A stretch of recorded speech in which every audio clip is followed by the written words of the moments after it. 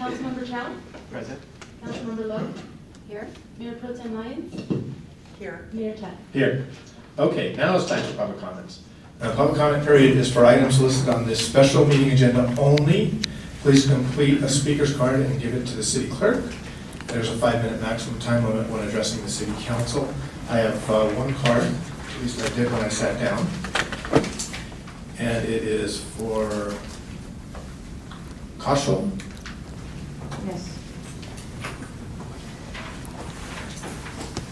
Good afternoon, City Council, good afternoon, City Attorney, City Manager, the audience, other city staff. My name is actually pronounced Counsel, but it's okay. You get a free pass. I would like to see that when we hear from each of these 9 candidates, that we find a candidate that would help represent the interests of the Diamond Bar, and someone who's had experience working with youth, including people between the ages of 0 to 18 years old, and in my demographic particularly, 18 to 25 years old. We are facing a lot of changes, and I feel like we need a city council member who can understand the dynamic of this area, Diamond Bar and neighboring regions, for us to be strategically placed at the intersection of LA County, Orange County, San Bernardino County. But my concern is that there are resources that could be better utilized for citizens, because a lot of citizens like me, I did my master's degree, and I graduated, and I feel like, unfortunately, everyone can find work, but other people may not know where to start. And I just want the candidate to understand that we have changed, that we like some things to be addressed that face us, and unemployment, like where we want to volunteer, then also civic duty, and I feel the city could be more proactive. I do appreciate the new initiative that has been introduced, in which once a month in the recreation department, you can get to do pickleball, you can do tennis. That's a new initiative. I really appreciate that the city's been willing to adopt that strategy. But there's more the city can do, and because we have 2 people from government, Ling Chang and Jimmy Chen, if I said it correctly. Philip Chen, sorry. Because our representatives in the state, Ling Chang and Philip Chen, are from Diamond Bar, we have increased leverage, and with this election coming up in March 2020 and the November 20 election, of course, so much is going to be at stake. We all know that the census is being sent out. I myself have asked to volunteer with the Census Bureau.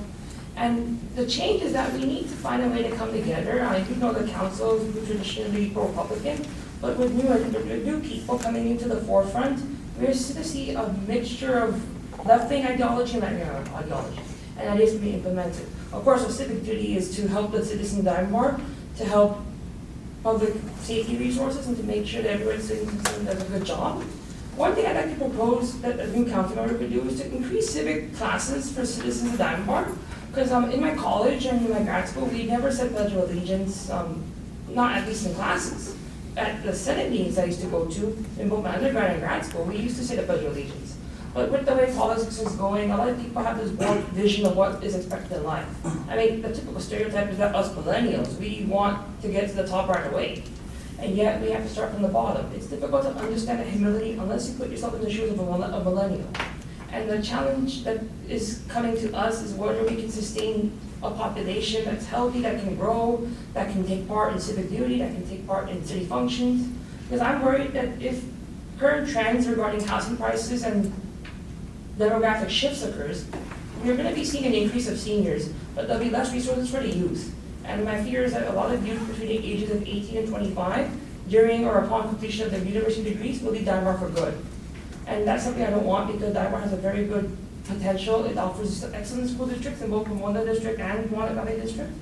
And I personally feel that we need to keep engaged, because Diamond Bar is a symbol of hope in the dreary landscape that defines LA County. I myself oppose Eric Garcetti, and I feel that his agenda is hypocritical and he does not reflect the views of LA County residents. And I feel that also there needs to be a sense of bipartisanship between pro-Republican and pro-Democratic legislators in all forms of government, because we need to work on solutions. I'm not sure what's going on with the 60 freeway, because it's still crowded, it's still dangerous. I've taken it to work, my dad's taken it to work, and we don't know what to do, because we are not sure what's going on. And I do want this council member who gets elected to address the issues that I and other constituents are concerned about. Thank you. Thank you, Kushal, and thank you for giving me a pass on the pronunciation. If you'll ask Councilman Chow, he'll tell you regularly I can't get his last name right. So, thank you for your thoughts. That's the only speaker card I have. Is there anybody else that would like to address the City Council on what we're considering here at this special meeting today? Now would be the time to come forward. Please come forward. If you'll identify yourself for the record.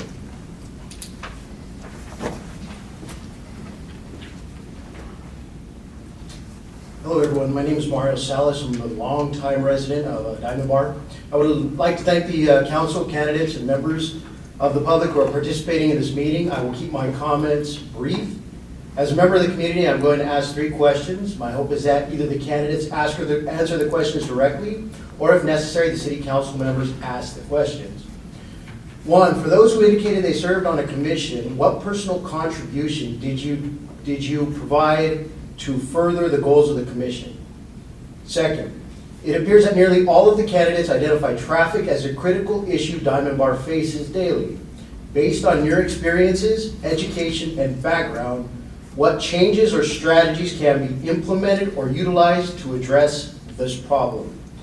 And finally, in 2019, there were several high-profile and violent robberies that occurred in Diamond Bar, and specifically one in broad daylight.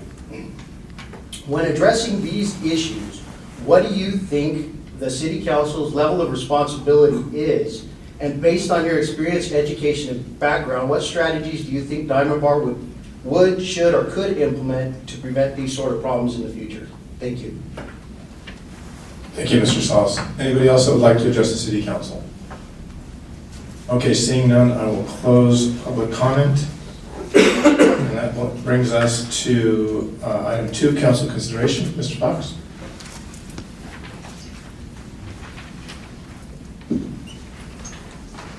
Mayor, Ty, members of the City Council, the purpose of this study session, or excuse me, this special City Council meeting today is to interview candidates for a vacant City Council seat as a result of the resignation of Carol Pereira. You have the interview schedule in front of you. There is a slight revision. We were able to move some things around. We did have 1 cancellation, so we do have some time in there. We were recommending that you proceed from top to bottom on that, and if there is a candidate that may not be here and you get ahead of yourself, you may want to allow that candidate, if they show up a little bit later, to still be interviewed. And with that, I think once the interviews are done, you have the ability to deliberate amongst yourselves and make a decision to appoint a council member today, or you could defer that to your meeting on February 4th at your discretion, and be happy to answer any questions that you might have. Question. Yes, Councilwoman Malone. Thank you, Mayor. So, this is an open meeting that we're at today. So if the applicant who goes first, after they complete their questions, do they have to exit the room or may they stay? No. All the candidates and the members of the public are here, may remain in the room and through the entire meeting, including any determination of the council to make an appointment. So the candidates do not necessarily need to leave unless they choose to on their own. And likewise, they don't have to remain outside while another candidate is being asked any questions. Is that how it works? That is correct. They can all be in the room. It is a public meeting. Thank you. Any other questions? Okay, seeing none, we are going to interview applicants. My request was that everybody have a question that they were interested in asking from those questions that were provided, or perhaps you came up with a question on your own, but all I would ask is that we ask the same question of all the candidates. So even if you have 2, I mean, I know that we're scheduled to go in 15-minute increments. I don't think that's a hard and fast rule. If somebody's mid-sentence at 15 minutes, they'll keep going. I have no intention of cutting anybody off. But I do think it's fair to ask the same question of each candidate, so nobody can say at some point that this candidate got softball questions and I was grilled. So I've been through that before. So I would think that's going to be a good strategy to take. So any questions on procedure or any suggestions? Okay, so it's 3:12. Our first candidate is up at 3:25. Because it's posted, do we need to wait? Or can we call? If they're here, you can proceed if you choose. Okay. I believe the first couple of candidates are in the room. I see 3. So, okay, Stan Liu, if you please come forward, identify yourself. Here. Wherever you're comfortable. Comfortable with standing.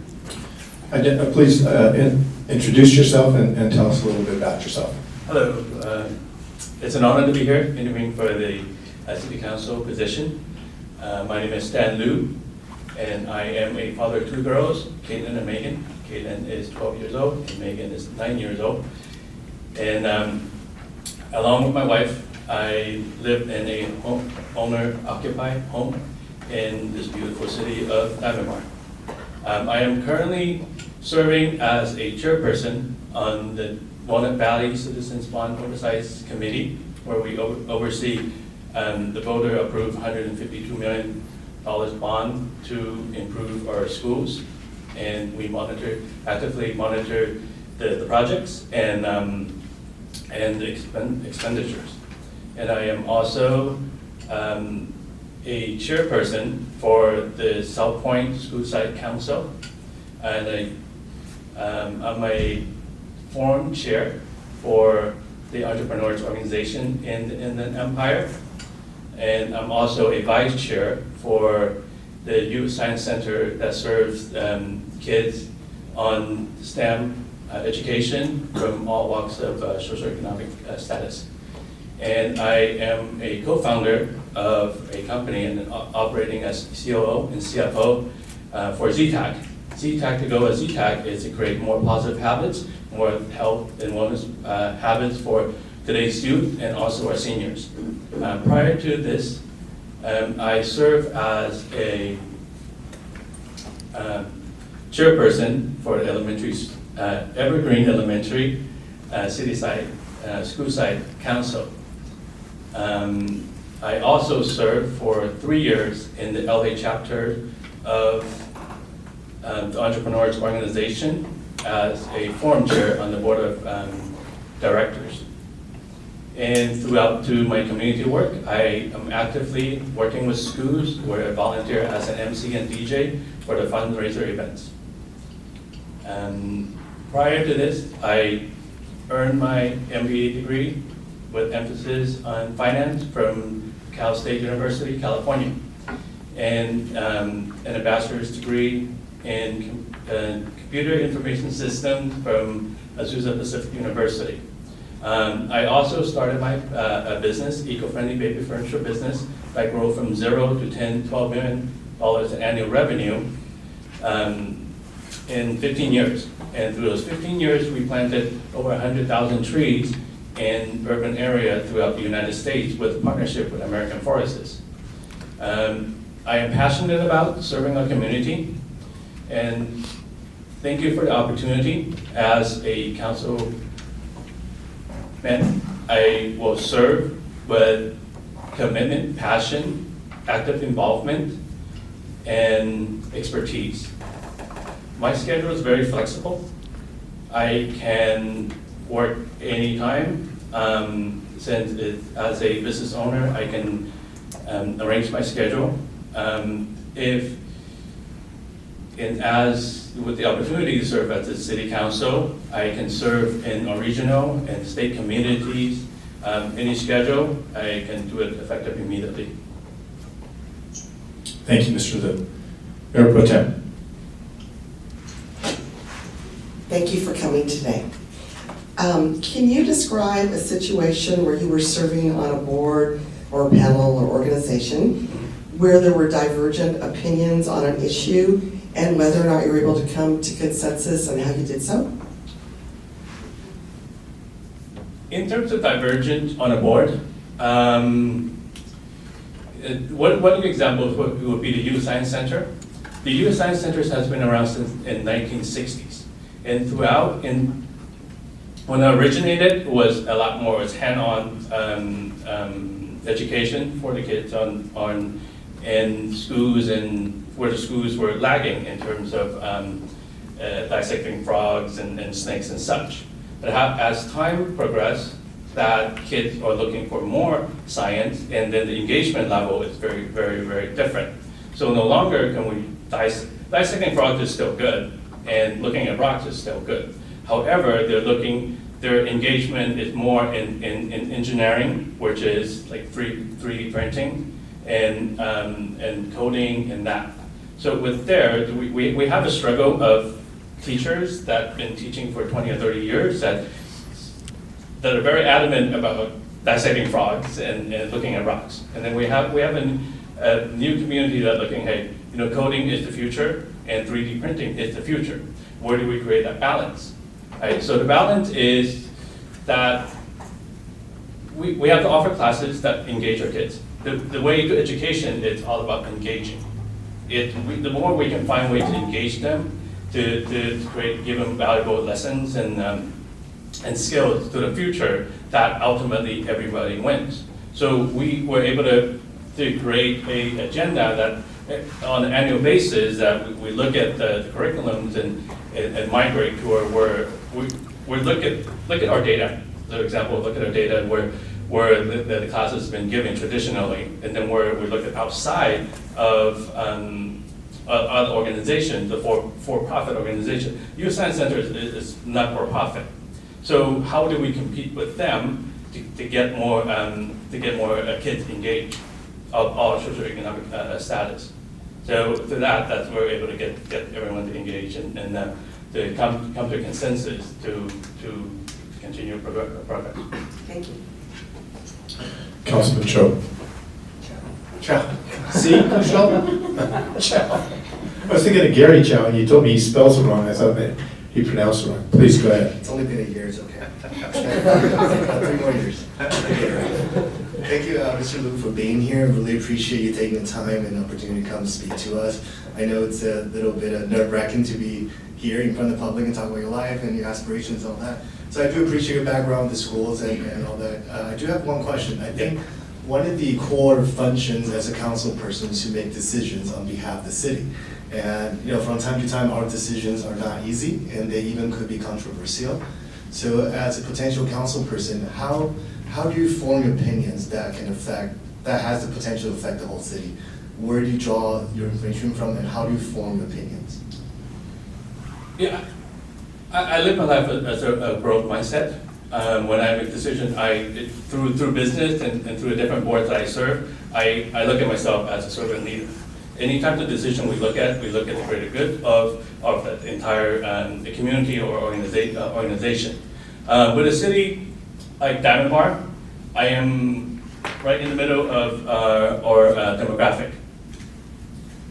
And when the kids are growing up in our, where children growing up on a community, from talking to my neighbors and the older gentlemen in our community and our neighbors, our neighbors came to this beautiful city of Diamond Bar 30 years ago, the same reason why we moved here. It's for our kids, and they love it. They are still living here. I can tell you a little story that our neighbor Susie, she said that she'd been living she was the second home buyer for the house in the tract by Ronald Reagan Park.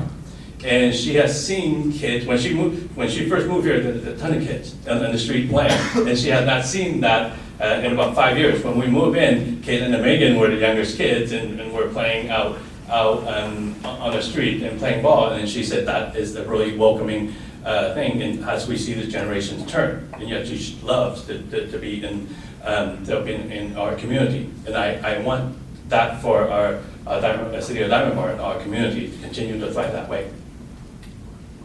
So in 30 years from now, I want to be able to see the same thing. Thank you. Councilman Lowe. Thank you. Hi, Mr. Liu. Thank you again for being here and sharing your thoughts with us. We really appreciate it. My question has to do with the critical issues facing the city.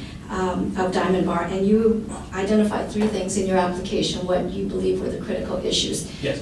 Balancing the city's evolving population, traffic, and thriving businesses. Yes. Based upon your,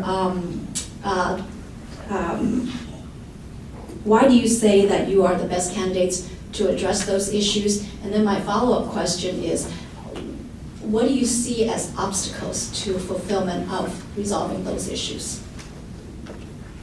You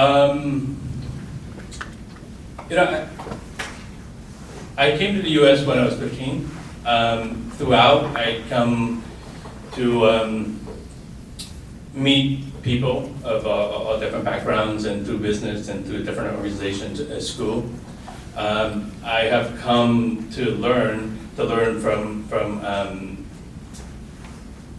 citizens of every background and be able to find ways to work it. So from talking to residents that are here from volunteering in school, and parents and grandparents that live here for 30 years, they absolutely love love living in Diamond Bar, where our open space and our country style living. That the reason why we move here is the same. So, but we also notice there's a balance that older generation that bought their home 30 years ago that are maturing, and we have a shift in demographic in terms of population. So there's always a way. There's always a way to create a harmony and balance in terms of culture. Done that at work and in terms of serving in ports. So to be able to balance it, you can see that some residents that live here for 30, 40 years that do not like the changes that are making here, such as different restaurants. Well, let me just have you jump right to the solution here. Well, okay. Can I jump to the solution? Yes, please. Oh, it's great. It opens communication. It's better understanding. I think what we're doing in the parks that bring out both the older and the younger kids that collectively play in the parks, it's amazing. What we do on the web and such as Diamond Bar Buzz, it's great in terms of opening up communications.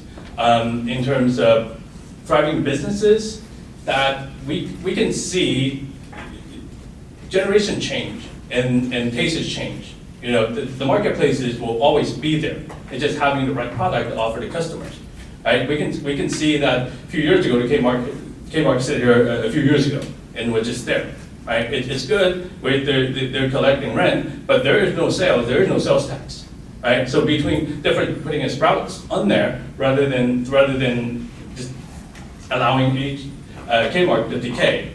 When we first moved to the U.S., Kmart was the place to go, you know, but not so much now because consumer tastes change. Same thing with the restaurants we have here. A very good example would be Tasty Box and Basil Leaves and Company here. I've been to that exact same location, three particular owners for Basil and Company, and what they're doing now, it's amazing. Bringing something slightly different. The last time, the one that prior to that offered Thai food as well. I went there with Megan, and we sat there and we enjoyed it, but that's not what everybody else is looking at. So now they changed the shift a little bit, and people are coming, you know, within our community and outside our community. A ton of traffic flows through our Diamond Bar, right? So we have the right stores and the right retail spaces, people will stop.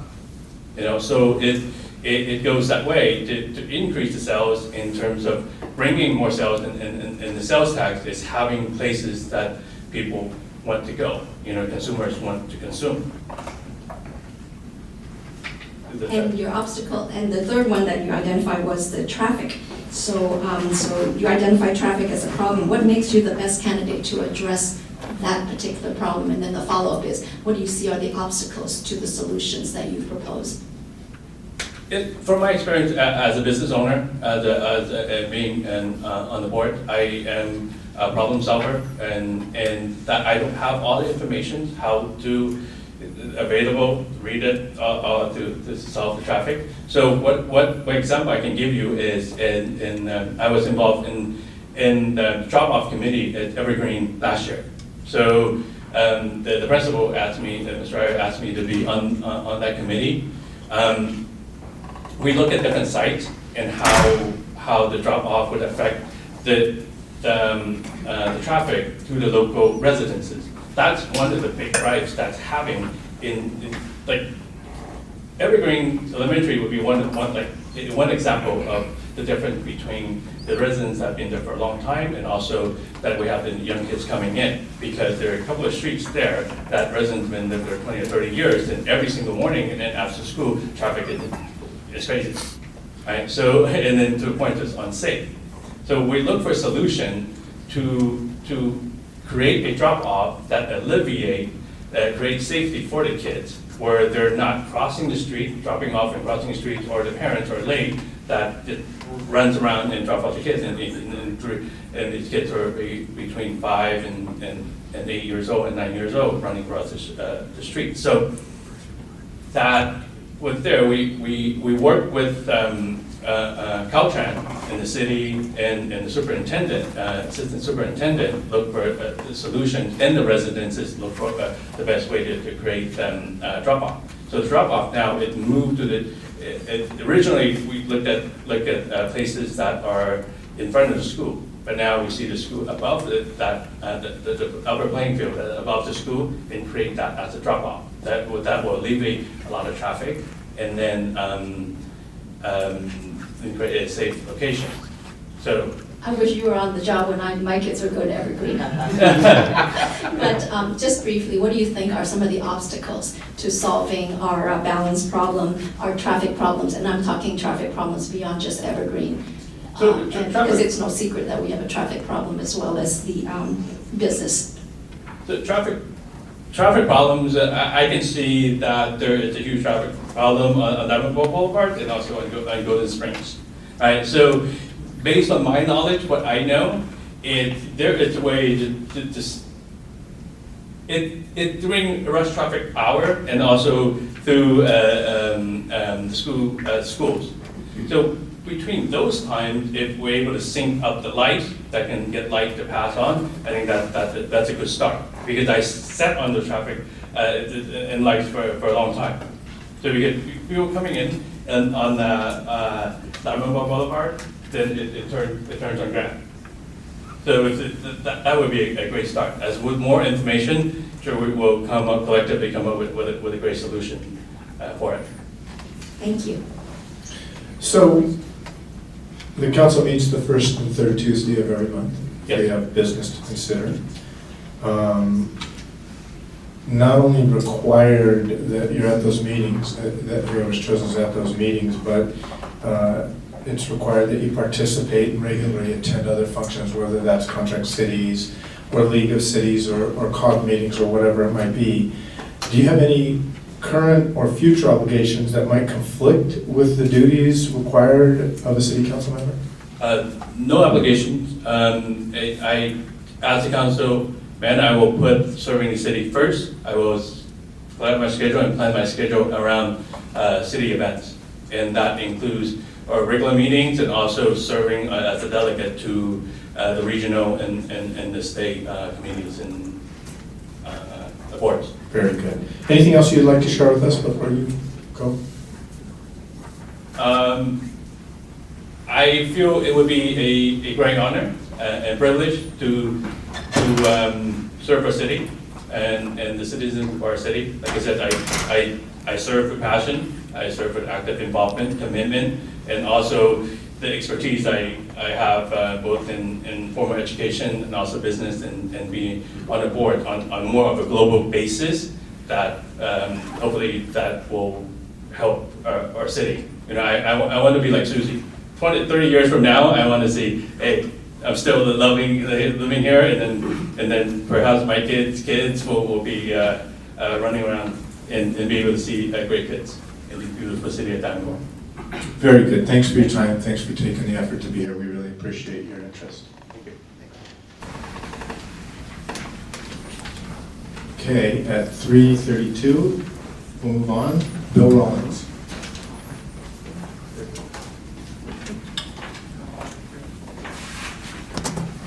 Good afternoon, everyone. Thank you for inviting me here.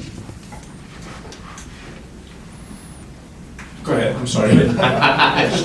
Please, introduce yourself and tell us a little bit about yourself. All right. I am Bill Rawlings. I am a lifelong resident, so coming up on 45 years in Dunbar, second generation, living here in the city. You know, I have a great career. I could live anywhere. I could work anywhere as a technology professional, but I choose Dunbar. It's a place I grew up.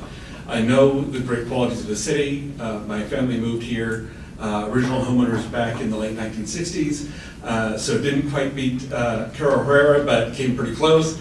And so I've been able to see Dunbar as it's grown up as well. You know, going from the days of the rodeo up into the you know, cityhood campaign and up till now, where really it is a very thriving community. You know, it's, I think, a community that I understand well, but also I think it is a very diverse community now that I think is really maybe sometimes under-recognized and underappreciated, but the city that we've become, I think, is fantastic. And so I'm looking forward to being able to serve and continue to give back to my city and my community, and hopefully being able to create an opportunity for other families and their children to have the same experience I did growing up. Very good, thank you. Councilmember Chung. So I think we're asked to ask the same question. Yes. Okay. So again, thank you, Bill, for being here, and I appreciate all the candidates for taking time out and for the potential to serve our community. So I'll ask you the same question that I asked Mr. Liu earlier. So as a council person, I think one of the core functions is to make decisions, some of them difficult, some of them controversial. But as a potential council member, how do you draw your decision? How do you make that decision? Really, I have to start with, you know, what's the impact, right? If we're making a decision about something, there's clearly a choice point we've got to evaluate. And when you have a choice point like that, it can be really a major issue, like an inflection point, or it can be something a little more straightforward. And I think really the first thing you do is you take a look at what's the impact on the community, what's the impact on the city, you know, where's the urgency of it. If it's an issue that's fairly complex, we might want to take a little more time and be thoughtful about it. If it's a little more straightforward, we're making a decision, then I would take a look at really what's in the best interest of the residents, the constituents of the city, what's in the best interest of the city itself, is it fiscally prudent, and then also do no harm where we can. There are going to be times where residents and constituents are going to be a little upset about some of the decisions, and you can't please everyone all the time, but you do your best, and you take that into consideration as well. But you listen. I mean, that's I think one of the most important things, especially when it comes down to decisions that both commissions and the city council makes, is the open records and the open meeting acts are designed to allow the legislative bodies to listen to the constituents, and I think that's a key point in any decision making as well. Councilwoman Lowe. Thank you. Hi, Bill. Thanks for being here. Thank you. Bill, in your application, in your statement, you highlighted 3 things that you thought were critical issues. You identified fiscal constraints, economic development, and general plan implementation. What about your history or your qualifications make you the best candidate to deal with these 3 issues that you've identified? And what do you see are some of the obstacles to the fulfillment of these of your solutions? So I currently also serve on the Board of Governors for California Community Colleges, so it's a statewide regulatory and policymaking board. That we oversee, I think in this upcoming budget, close to $15 billion in tax revenue. And so, you know, my experience in providing prudent fiscal oversight and being able to really analyze large, complex budgets, I think will help in the city. City budgets may not be particularly large in some cases, but they certainly can be complex with different revenue sources, and I think my experience at the state level is helpful for me there. Really with, you know, some of the challenges with any municipal revenue is that there are always outside pressures on it. Especially being a contract city, there's a lot of services that we aren't in direct control of, and there's rate-driven increases in costs.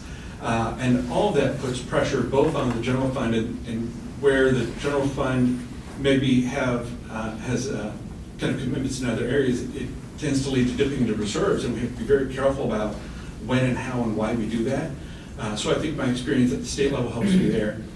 Economic development, I think there again, my role both in education and also at the state level is important.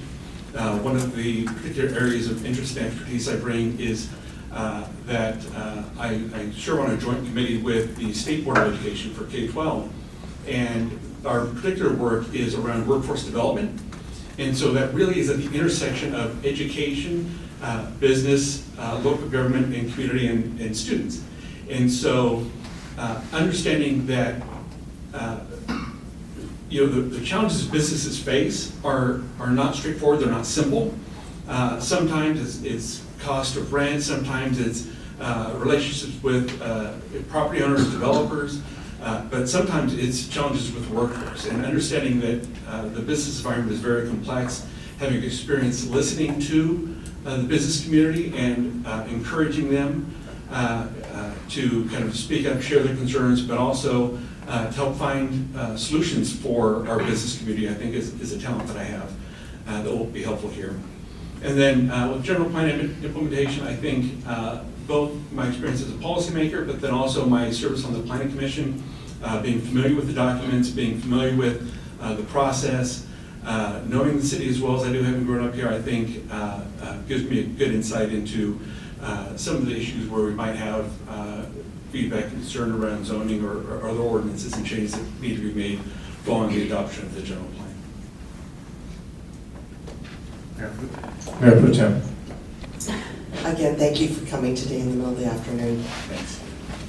So can you describe a situation where you were serving on, one of these boards, and there were multiple opinions about what should be done, whether or not you were able to reach consensus and how you did so?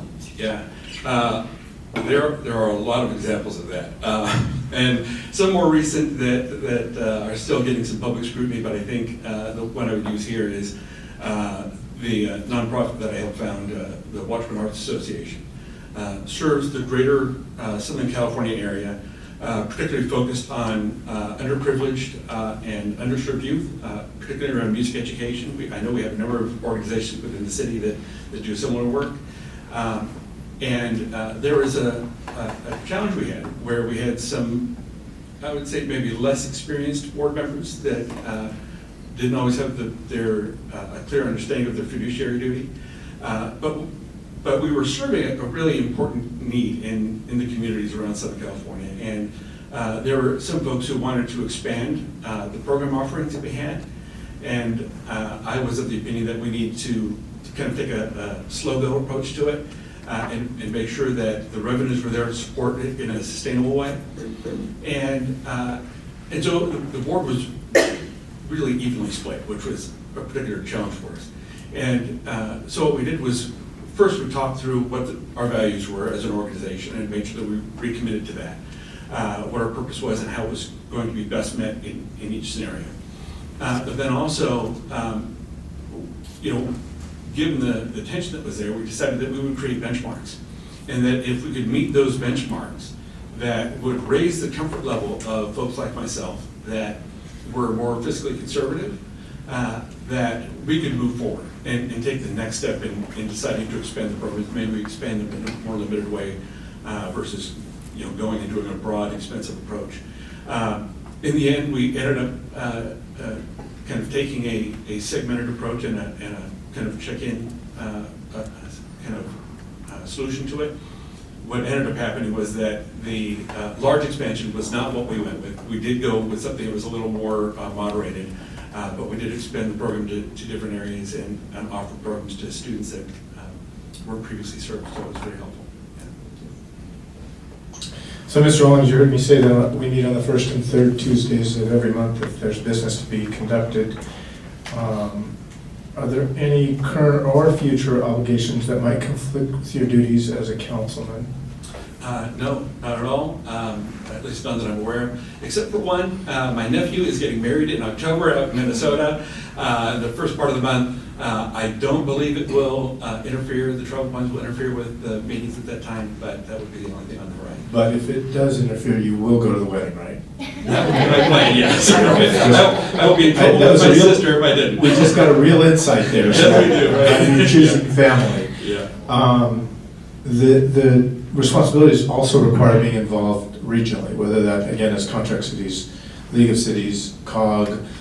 We do advocacy in Sacramento and in Washington, and nothing that you can think of would interfere with that if you had the opportunity to go and advocate on behalf of the Diamond Bar in Washington with the elected officials. We're trying to get money for the 5760 Big Fix. Exactly. Is there anything that would keep you Nothing other that, than your nephew's wedding? Exactly, yeah, exactly. Nothing that would prevent me from doing those things, and actually I would like to expand on that a little bit. That's actually an area where I have some expertise. I have, I think, a fairly good relationship with a lot of the local city leaders in the region. I'm also familiar and have a good relationship with both sides of the aisle in Sacramento, I think. So I think my connections, my experience there have been helpful. But I also have quite a bit of experience lobbying on education issues that would translate directly over into advocating for the city. Very good. Is there anything else that you'd like to share with us today? No, I think that covers most of it. It's maybe for one that you touched on, which is the 5760 interchange issue. One of the higher profile issues that I noted in my critical issues comments here on my paperwork was the traffic. And we have a particular challenge with traffic, partly just the geography and the availability of roadway. We have some great traffic engineers working with the city and working for the city. And I trust that they've been doing a diligent job trying to improve the traffic as best we can. We're not, I don't think, really going to crack the traffic problem until the interchange issues get resolved. That's going to take both our local community, it's going to take a regional effort, it's going to take a statewide effort and a federal effort to really get that piece solved. And until we get that taken care of, it's going to be very difficult to really solve a lot of the street traffic issues because we have so much cross and pass-through traffic from other communities. And so doing that, but also working with Foothill Transit to expand transit offerings that may be a solution for some folks, I think is really how we're going to crack that on our traffic here in town. Very good. Thank you very much. Appreciate your. Thank you so much. Okay, at 3:45, Tommy Arona.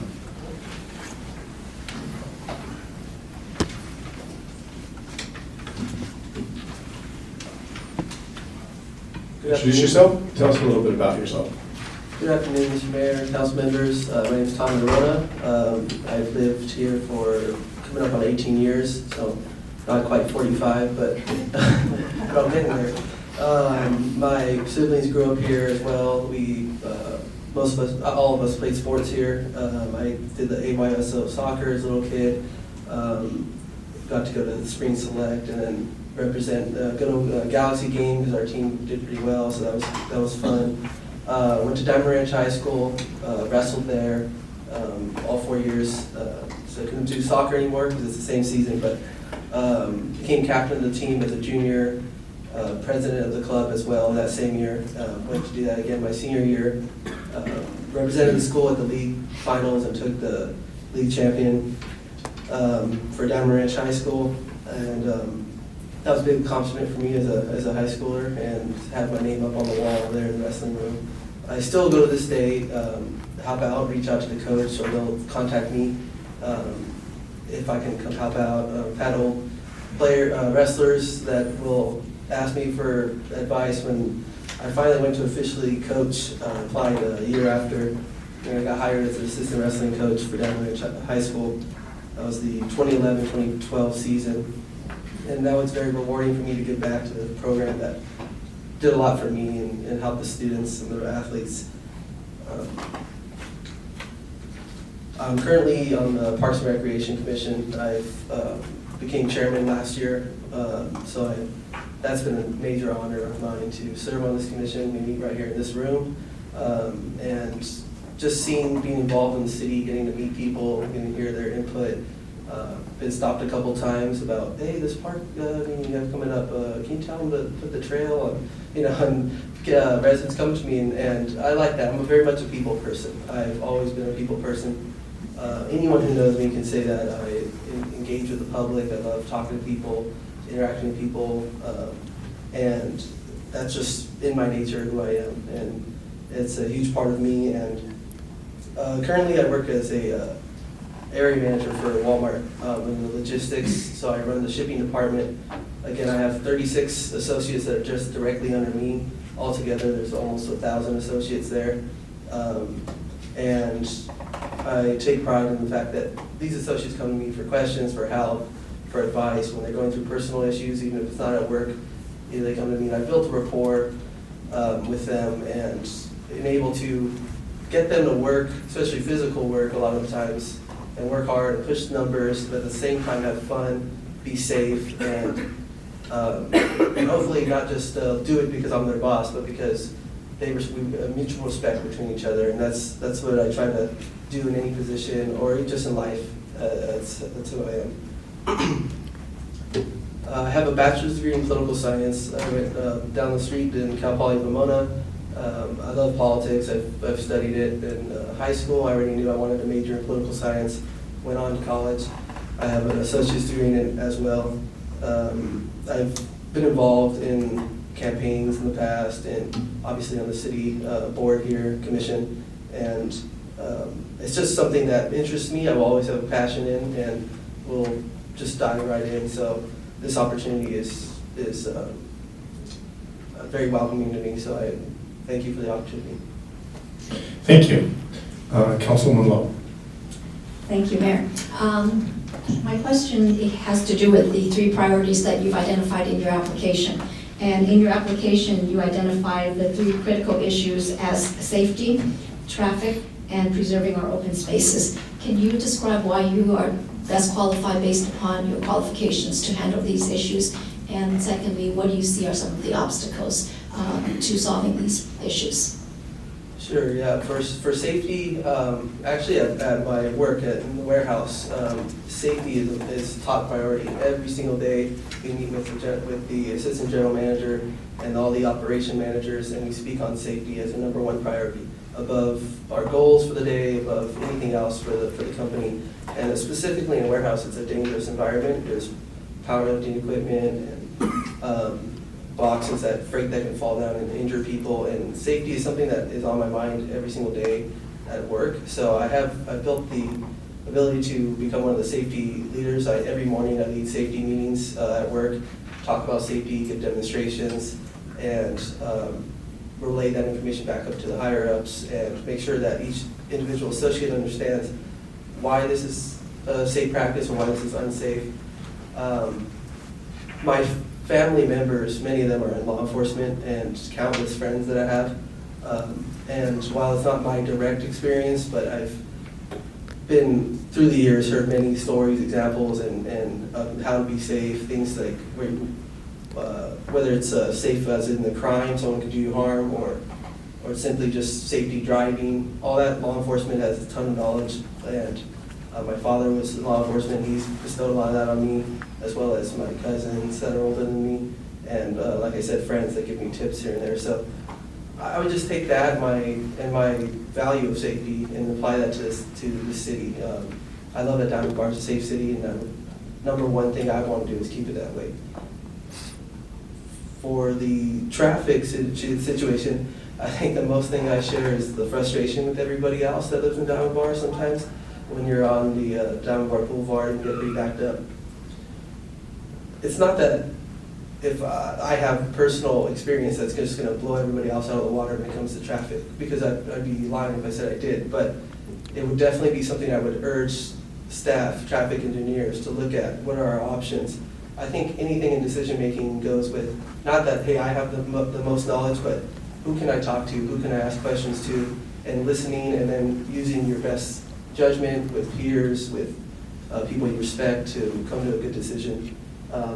as regards to traffic or anything really.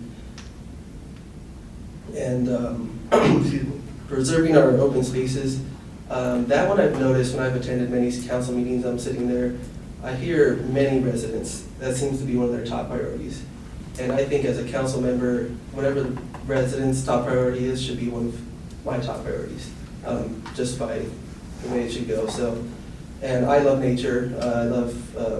I have a profound respect for it, and being out in the mountains recently of the Buddy, I really appreciate it. Being on the Parks and Recreation Commission has given me a new insight to people's importance of trails and parks and having that open space. I know the council fought hard to preserve the Tres Hermanos area, and I applaud you for that. That's something that I would, if I was on the council, would fight with you on that as well. To not just develop all open spaces, it'd be a focus of mine. And I think the main obstacle would be funds. I would imagine when I was on the commission trying to seek funds for the Sycamore Canyon Trail project, I would urge the assistant city manager and parks director, hey, let's get funds from FEMA, so the city doesn't have to hurt their own reserve. So as the previous candidate said, working at a state, federal, and local level to get that done, I think would be the most difficult thing, getting the funds. I just want to clarify, did you say that you would fight with us or that you would against us? Fight in like holy hands fight together. Okay, on the same side. On the same side, yeah. Okay, just want to make sure. Not fight against, I want to dare. Okay, thank you. Yeah, all that legal training didn't go to nothing, did it? Mayor Pro Tem Lyons. Tommy, thank you for coming in today. It's good to see you here in another role, Yeah. Can you describe a situation where you were on a board, serving on a board or a panel with a variety of people, and there were divergent opinions, one wanted black, one wanted white, one wanted purple, yellow, whatever, and whether or not you're able to come to a consensus and how you did that? Sure, yeah. Just recently on the Parks Commission, the agenda item came up of whether we should change our schedule meetings or not. And I was in favor of moving it from every month to every other month. I've never missed a meeting, by the way, so it wasn't for my personal, but I know that some members found it hard to show up every month, as well as the attendance was low or sometimes zero in the audience, and staff had to build every month the resources set up this room pretty much like it is now, and the time, working long hours for a meeting that would maybe last 25 minutes, and that's with us doing the Pledge of Allegiance and moving through all the motions. So I thought it'd be better to move every other month, have more efficient, productive meetings. But we had a commissioner who didn't feel that way, and I think one who was on the fence from our deliberating. So we discussed, I gave my opinion. I know one commissioner agreed with me. The one who wasn't sure was pretty quiet, and the other commissioner was against it. We didn't get that commissioner to change their mind, but we did get the other three members. One was absent to say, yeah, I see the value in moving it every other month. And so we did a roll call vote on it, and it passed 3-1. I know I went to the city council, and you guys approved it as well. That was something just to share the way the process of it is to explain, I feel, why. As I said earlier, as in my management role, I always give why. I don't like, hey, we're doing this, and then there's no explanation. So even if it's a colleague or someone higher or below, to lead anyway, you gotta lead, laterally or up and down as well. So I was just explaining here's the reasons why I feel this is a better option, and we got, majority on that. Thank you. Councilman Chung. Thank you. So thanks for being here. I enjoyed our time on the Park and Rec Commission together. So glad to see you here and trying to take the next steps. I really appreciate being here. So I'm going to ask the same question but slightly differently because it's third person, so I want to change things up a little bit. So when there's a difficult question or a potentially controversial question that comes up that requires your vote, where do you go to get your information? Are you of the mindset that since you're elected by the people, you can decide for them, or are you of the mindset that it's better for you to go talk to some people, get the information before you make a decision? What do you think your role is as a council member? Right. So I think there's two parts to that. I think absolutely, or I should still go to the public. Just because you're voted in or appointed in, even, especially as appointed member, since I wouldn't be elected in this sense, to reach out to the public. What are your thoughts, whether it be social media or interacting in public? I know I see many of you are just residents out in Coffee Bean or wherever I'm at. So talking to the public, getting their insights, their thoughts on that would definitely be something that I would do when I take my decision making. My personal experiences obviously are brought into a decision, as well as my faith that I hold, my family, and my upbringing. I don't think anyone can totally remove their personal experiences from a decision. But first and foremost, just thinking about who am I representing, which is the residents of Diamond Bar, and how is this decision, is it in their best interest? And if I feel it is, and then that's the decision I would go with. But definitely reach out to hear their input. So we meet on the first and third Tuesdays across the street at AQMD. Is there any current or future obligations that you have that might conflict with your duties or your ability to serve as a council member? No, not at all. Mr. Mayor, I'm actually off Monday through Thursday, so I'm wide open. I just sit around and don't. No, I'm kidding. But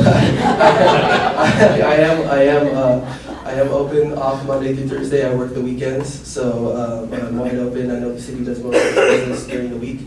I would be totally open for that, as I am. I have experience as well going to Washington, D.C. and lobbying as well. I know you mentioned that you go to Sacramento. That's something I would love to do, and yeah, I would think it would be not just my duty, but I'd have fun doing it as well. And my availability, like I said, is wide open. If there are something planned ahead on the weekend when I am working, I'm able to put a request in for that specific day off, like I just did previously for the Winter Snow Fest. I was working that day, but I was able to get that time to be there. So as long as it's scheduled ahead, and if it's something that I need to be there, I can do it on the weekend as well. But for the week, I'm currently wide open Monday through Thursday. Excellent. Anything else you'd like to share with us? I would just want to thank you for the opportunity. I love Diamond Bar. I love serving people. I've been in some kind of public or leadership role most of my life. It's something I'm passionate about. And I just, once again, thank you all for the opportunity. Thank you for making the time to be here. We appreciate it. Okay, at 4 o'clock, Dr. Doshi.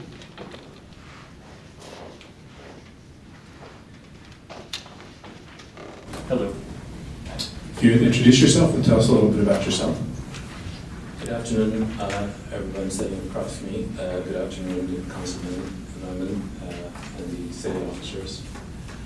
My pleasure to be here. I'm Sanjay Doshi. I've been here in Diamond Bar now as a resident since 1994. I'm married to Darshana, my wife of 25 years, and we have two wonderful kids. One is 22, my son Jay, who's graduating from USC Computer Science this spring. My daughter Juhi, she's graduating from Diamond Bar High School this spring, 2020. So, we've been here, both kids have gone through the Walnut Valley Unified School District system. I myself have been a practicing dentist in Diamond Bar since 1992, and along the way of last 27 years and counting, I must say that I've enjoyed every day, every quarter, every year, but I've also gained a lot of experience of what the city of Diamond Bar has been through and is evolving to be a wonderful city, of course. I'm very proud to be a citizen of the city. So here I am taking this next step as an opportunity to serve the city and to represent the residents. I'm looking forward to your questions and whatever best input I can give you today, I would be more than happy. Thank you, Mayor Pro Tem Lyons. Thank you for coming today. Can you describe a situation where you were serving on a board or a panel and there was a divergent opinions, that one thought it should be this way and one thought that way and somebody else thought this way? You know, just a kind of a conflict situation, and whether or not it was resolved and how it was resolved. Okay. In the past few years, wherever I've served, whether it was a Rotary Club, whether it was any other service organizations, usually the board of directors tend to have some sort of a majority count that plays to be the final conclusive decision. So typically how I bring my opinion to my mind is I look at the research, I look at the history, the data that's available to us, the facts, the figures, the trend of the market, the trend of the consumer psychology, also the culture of the region you're living in within. So as I see, if there was an opposing comment, we would have to have some sort of an alliance, some sort of a coalition built first, so that we could understand, exchange, compare and contrast the divisive opinions, the divisive points versus the points that unite us. And at some point, I would have to deal with the majority. So sometimes in life, you have to realize that even though in the heart of your hearts, you wanted certain things to pan out a certain way, and it didn't, but that's just part of the game of life. And we need to respect that diplomacy and also that democracy. Councilman Chung. Hi, Dr. Doshi. Thank you so much for being here. Hello, everyone. It's actually nice to see a dentist. Oh, trust me, this is quite a role for me. I'm looking forward And to be honest, you're the first dentist I've seen sometime. I have to say this up until right now in the last. It's a joke. Dentist joke. So I'll ask you the same questions. So again, one of the core functions as a council member is to make tough and difficult decisions. So where do you find information and what drives your decision-making process? Well, it's based on 3 different platforms. If the particular controversy is depending on is something that has to do with history, it has to do with culture, or it has to do with facts and figures, I look at wherever I need to draw that analysis from, and then there will be 2 different ways to go about it. 1, conduct a survey, hold a survey. 2, hold a focus group. Have an understanding that what the majority of the voice that you are calling a focus group, what they're trying to achieve. And 3, represent them as honestly and as transparently as possible.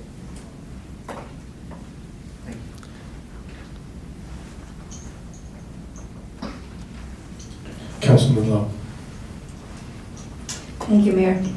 Hi, Dr. Doshi. Thanks for being here. Hello, Councilman. In your application, you identified 3 critical issues facing the city of Diamond Bar. You identified the liabilities that are due within the next 15 years, and you identified that as $21.5 million. The next one is the innovative growth needed, and the third one is the general fund's reserves decreasing by $856,000. What in your history, in your professional background or qualifications, make you the best candidate to deal with these 3 critical issues, and what do you see as possible obstacles to solving these issues? I'll start with the first. Majority of the revenue that our city generates right now is through the property taxes. As a resident, as a homeowner, and as a business owner, I found several times in the last 20 years that I felt that the city was going at a slow pace to develop either the businesses or to develop the homes that needed extra development. I'll make a very quick start point. When I had my location in the middle of Diamond Bar Boulevard, South Diamond Bar Boulevard, it took us back then, it was a different city staff and everything, but back then it took us 3 months to build an empty shell to a dental office. In 3 months, we had an operational dental practice. This about 2012, the clock moves forward, I took smaller space, and it took me 9 months to go through all the required steps for the city to approve a dental practice in a small 1,000 square feet space to become an operational. So to me, this was a major obstacle, number 1. Number 2, in this today's age, we have internet providers, Verizon, Frontier, Spectrum, and so on. In our complex on the south side where I currently practice, there was no high-speed internet. We were like a black hole in the area that we could not get anything but the slowest possible 1 Mbps internet speed, which was up until just last January, about 12 months ago, that I was able to find spectrum to go ahead and find whatever the Verizon handshake they had to do in order to go ahead and give us an internet speed. So for me, in a city like Diamond Bar, every building, every home, every square inch should have the high-speed internet capacity. So this, at that point, was a big obstacle for any business. Third point, as of right now, available office spaces in the city, whether it's industrial, whether it's retail, or whether it's practice, we have over 22,000 square feet lease space available. We have over 150,000 square feet leasable space in the industrial area. If we want to grow the city, we need to grow the property tax. How are we going to do that? Is we're going to bring more businesses. When you bring businesses, the owners of those businesses want to stay close to the city, to their ownership, to their business, and they're going to find a place that they can buy and upgrade, or buy and develop, or buy a piece of land and develop. So we need to fill these spaces that are there, that are open, vacant, unoccupied, and are currently probably a liability for the landlord who owns that building at the moment. So what I'm thinking is the obstacles are, the only revenue channel we have is the property tax and some other permit fees and what have you. But here's the opportunity. The opportunity is untapped with all these open spaces that they can be occupied and they can be leased out. So we need cities' momentum to get those landlords, those brokers, and those prospective business owners to come in and open up a business sooner than they could open in Brea, in Chino Hills, in West Covina. I want to see my friends prosper here in my backyard with me, not leave from here and go somewhere else. Very good friend of mine, chiropractor, I won't name his name, but I ran a practice for 7 years. Found that it was difficult, even though he did all the brown bag seminars, all the lunch seminars, he went to all the facilities to promote himself, ended up wanting to not renew the lease, to go just 3 cities down in Ascension. So to me, I feel we have opportunity. We have a wonderful country, we have a wonderful neighborhood, but we're missing out on bringing more businesses that would essentially bring more revenue, that would essentially bring more property tax. This, to me, is an obstacle that I could think, which brings a shortfall in the numbers, the big numbers, as we mentioned, 21 million or 50 million, page 15 on Crawford report, as I analyzed. And I just feel that that's really where the solution lies, and I think that's one aspect of it. There was a third point that I mentioned in the obstacle, which was to do with the innovative growth. So one of the ways the city can grow and attract corporate America, attract tech sector, attract jobs, is to either share resources or share platforms that will allow those people that just barely came out of their undergrad degrees and look for a potential internship. So in here, I make it very, very clear that in good economy and on not so good economy, resources should be either shared or collaborated. We need a better collaborative environment here. We need an environment where businesses can share their common problems or common successes. So to me, I think innovative is a short name, but the fact of the matter is we need to have a better mix where it's active, energetic, and definitely more collaborative. Thank you. So Dr. Doshi, you've heard that we meet on the first and third Tuesdays of every month if we have business before us. Are there any current or future obligations that you might have that would conflict with your duties or your ability to serve as a city council member? I looked on the calendar and looked at the history of the city's calendars for the past 7-8 terms, and everything pretty much matches with my time availability. I live in Diamond Bar, work in Diamond Bar, so literally coming for Tuesday meetings is not an issue.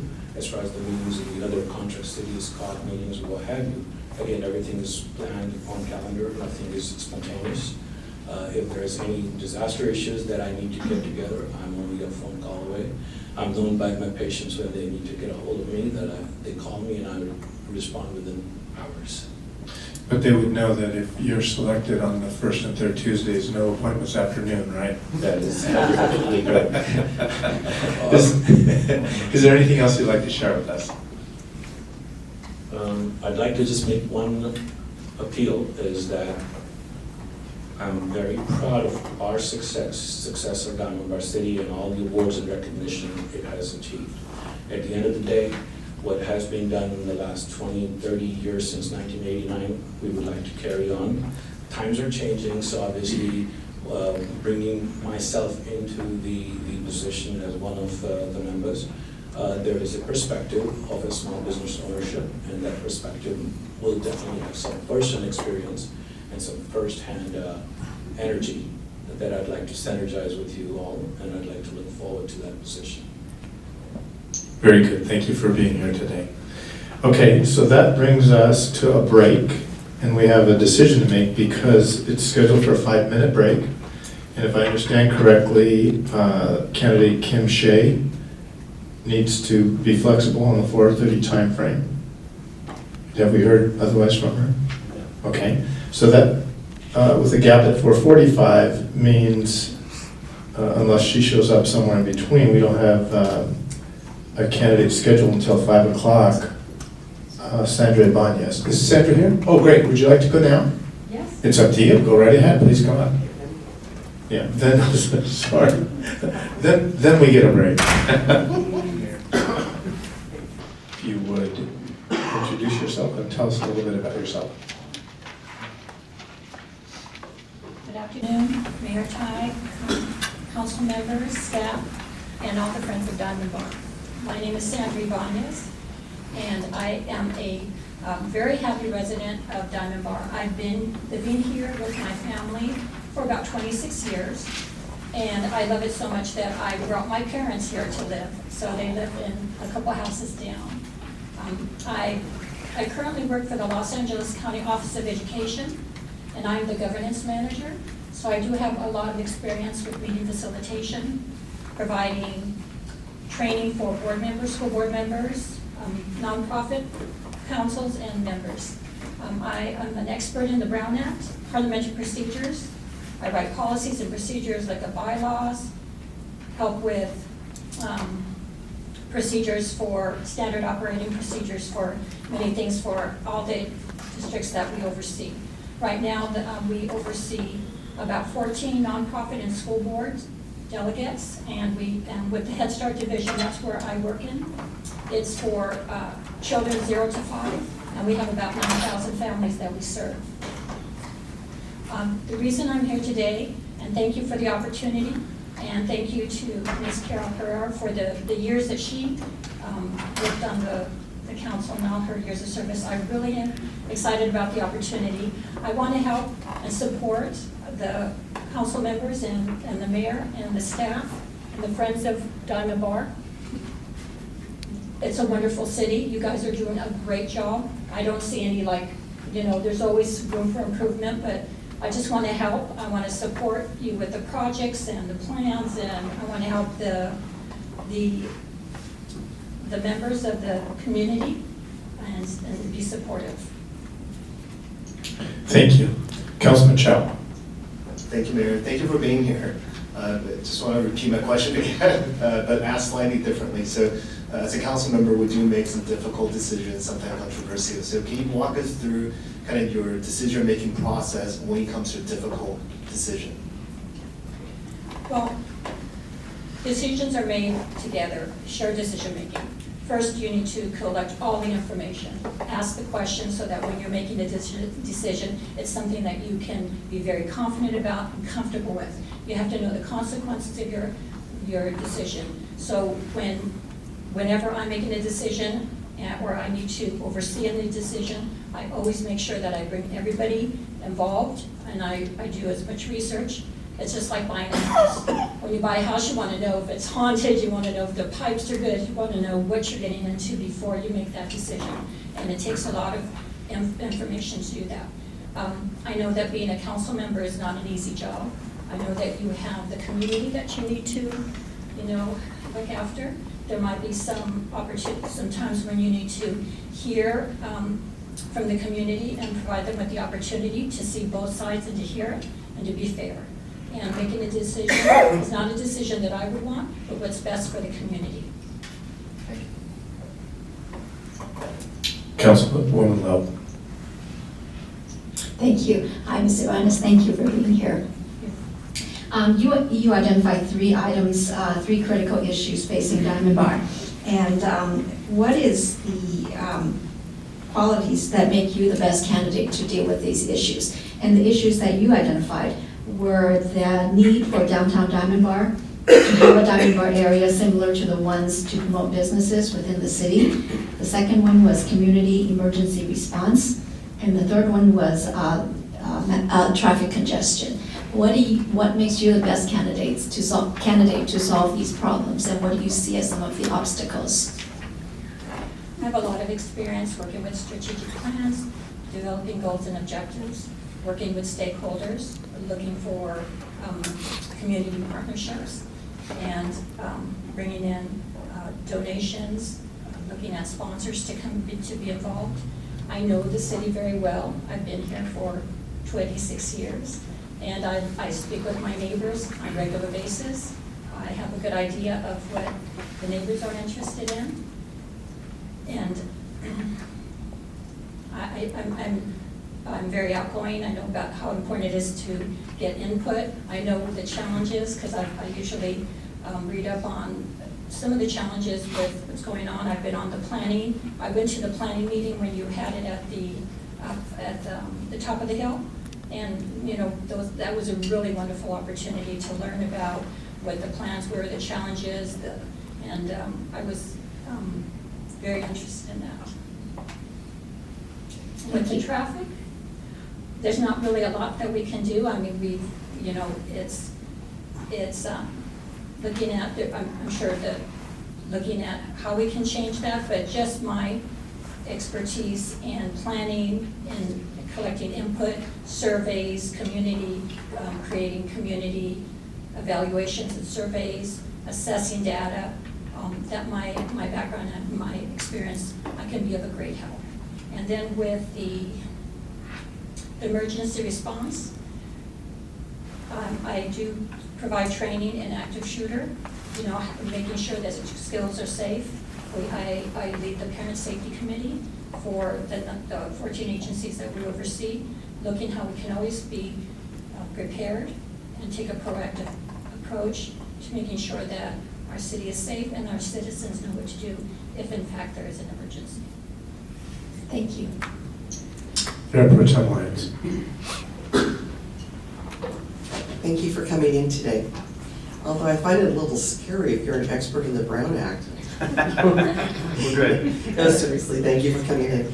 So you described a lot of different things that you were involved in, but can you describe a situation where you were with a group of people on a panel or a board and there were divergent opinions about something, and how you were able to, or whether or not people were able to come together, and if so, how did that happen? Well, working on the policy council and being the facilitator of the policy council, decisions need to be made between the policy council, which is our parents trained to make decisions, and our Los Angeles County Office of Education. Sometimes there's some difficult decisions to be made. For example, if they're going to take away funding from an agency. So parents and staff alone both will come and share their opinions. They might be very upset. You might have union members there. So what is very important is that you provide an opportunity for all of those stakeholders and all of those involved to speak, to communicate what their concerns are, and make sure that you have the information so that they can rest at ease and that the decisions that you are bringing forth are safe and for the well-being of everyone involved. So we meet the first and third Tuesdays of every month if there's business to be done. Is there any current or future obligations that you know of that might conflict with your duties or your ability to serve as a city council member? No, sir, not at this time. And we all have responsibilities on different committees. Whether, again, that's Contract Cities, League of Cities, California JPIA. Is there anything that would interfere with your participation? No. If you were. Very good. Anything else you'd like to share with us? No. thank you for the opportunity. I would love to help you, be a support to you, be a support to the community. I think would be just a wonderful opportunity, and I thank you for the privilege, and I'd be honored to do that. Thanks very much for your time. Appreciate you being here. Okay, that brings us to 4:25. We're scheduled for a 5-minute break. I don't think time is of the essence here. We're not scheduled. The next scheduled appointment is Dr. Shea, and we don't know at what time. Have we heard from her? Not recently. Okay, Earlier this morning. So I was going to move her to the end, and so we can take a 10-minute break. And if she's here, great. If not, we'll just work with her. But then the next scheduled appointment is not until 5:15. Okay? Very good. Thank you. We are taking a break at 4:25. We're at 4:40, and I see that we have the next candidate on the roster in the room, Dr. Kim Shea. Okay. If you'll introduce yourself and tell us a little bit about yourself. Hello.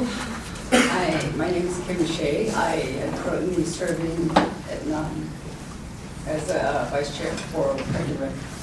And I'm honored to be here today, and I think I'm scared to be here. Usually at our meetings, I'm sitting over there, and I know you can't see it, but I feel like my heart is going to jump out of this. Take a deep breath. You're among friends. Thank you, you guys are such a nice. Okay. And thank you so much for being here, and I am a little bit nervous. But I guess it's a good place to start. So, thank you. And I really thank all of you also serving as our mayor and city council members, because you make things happen in our city. And that's why I think I want to be sitting amongst you guys. And I think that's why I'm here, hoping that whatever I have, that I could offer my services and offer who I am to be part of the team. Very good. Okay. Councilman Law.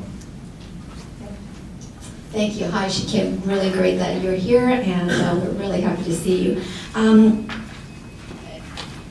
you just give her a brief, she wasn't here for the beginning where you gave us instructions to ask the same questions. Can I just tell her about that? Yes, you may, and thank you for asking. Thank you. The mayor wanted us to ask the candidates the same questions. So each one of us will ask the same questions of each of the candidates. So just so you know, other people have asked this, have been asked and answered this question before. So my question is that in your application, you identify 3 critical issues within the city. And the question is, what makes you the best candidate to deal with those 3 issues? And then as a follow-up, what do you see as some of the obstacles to the solution? And you indicated that the 3 most critical issue is, number 1, the exodus of younger generations moving outside of Diamond Bar. And the second one is the businesses that are empty. And the third one is the major freeways that lead to Los Angeles, Orange County, Riverside. In other words, traffic congestion. Yes. I think this problem has been around for a very long time. And what saddens me the most is watching the generation grow. When they actually go off to college, they don't come back. Because there's something that's good about, there's a lot of things good with our city, but there's something still lacking. And if you, as you already know, some of the businesses and some of the shopping areas still, it's vacant. Especially up north, before the bowling alley and all. And it really saddens me because we live in a great city. And that's why I moved here. I moved here for safety and for education and also to raise my family here. And that's why it really breaks my heart. As far as people leaving, the young generation that I speak to, one of the things they said is that there's nothing to do in Diamond Bar. I mean, literally nothing to do. So those that come in between transition, coming home for a while before they get a job and they're going away, they basically go to Chino Hills or other cities to find something to do for fun or recreation or even dining. And thank you, Councilwoman Nancy Lyons, for doing the restaurant week, because I know that's something that we really needed. I go to other cities and I see them and I'm like, how come they have things and we don't? Because we have great restaurants here too. So that's one thing. And I'm thinking, as we fill in these businesses, the jobs will also grow. And the families will move in because they could live here, they could work here, instead of thinking that they have to move drive away from our city to work elsewhere and come back home just to go to sleep. And just because it is a safe place to raise kids. So that's one thing. And looking at our population over the years, it hasn't grown much. So I'm thinking, we have developed many things to improve, but is there something that we can do to look into bringing those young families back? Because where there's young families, that's where the healthy city, that's where the healthy city start is. Because they'll grow and they'll become the next mayor, next park and rec commissioners, or next traffic, whatsoever. So we need to grow them. Just like Ling Ling was raised here, she grew and she moved up to the state, taking care of things. So I would love to see that happen again. My children are grown, they have grown, but they moved away. And that's what saddens me, because I'm trying to throw the hook and trying to fish them back and say, come back to the city, because it's a great place. You grew up, remember all the good things that's happened here. So that's one thing. So that's bringing the young families and also bringing the businesses back. If we could brainstorm more, and I know that you guys been working with what is that, general plan of 2040, and you have a lot of things that's in there. But I'm still wondering, is there something that we're missing that we ought to look into? And as far as traffic is concerned, I like the fact that the road's been changed to Lemon and Brea Canyon Road to kind of divert the traffic, and it's helpful, but still 57 and 60, I feel like I need to increase my life insurance every time I come across, because I'm like, okay, I'm signaling, please, please, please let me through, and it's like, I don't want to be like too assertive, but to say, hello, I live here, can I just come across? It's several lanes through, right? And I think it's still very dangerous, and I think it stresses people out. So I'm thinking, is there another way where maybe we could make another overpass just for that lane as you're coming from 60 to just come over to, so like come home. It's okay, you don't have to feel like you're going through a battle just to get across the freeway to, get back home on Grand Avenue.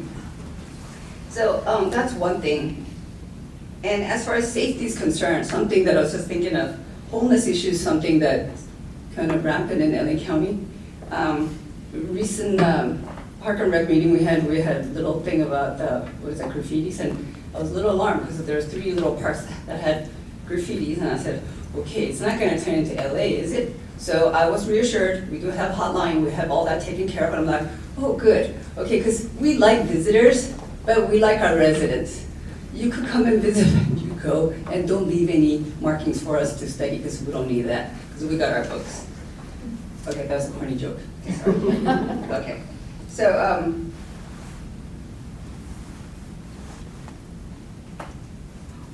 and also with what I'm noticing is a lot of people are putting Ring as their doorbell, and the things come up because people are stealing things. And I'm thinking, oh, that's kind of not a good thing that's happening. I mean, and I'm sure as we're ordering from Amazon and other things to make our lives convenient, more things are like that's gonna happen. So even to prevent, to even talk about what we could do to kind of prevent before things get worse. I'm sorry, did I answer the question or did I kind of drift off somewhere? That's okay, you got it. Okay. Well, did you have any ideas on what would be some obstacles to your solutions to the issues? To be honest, I don't know everything.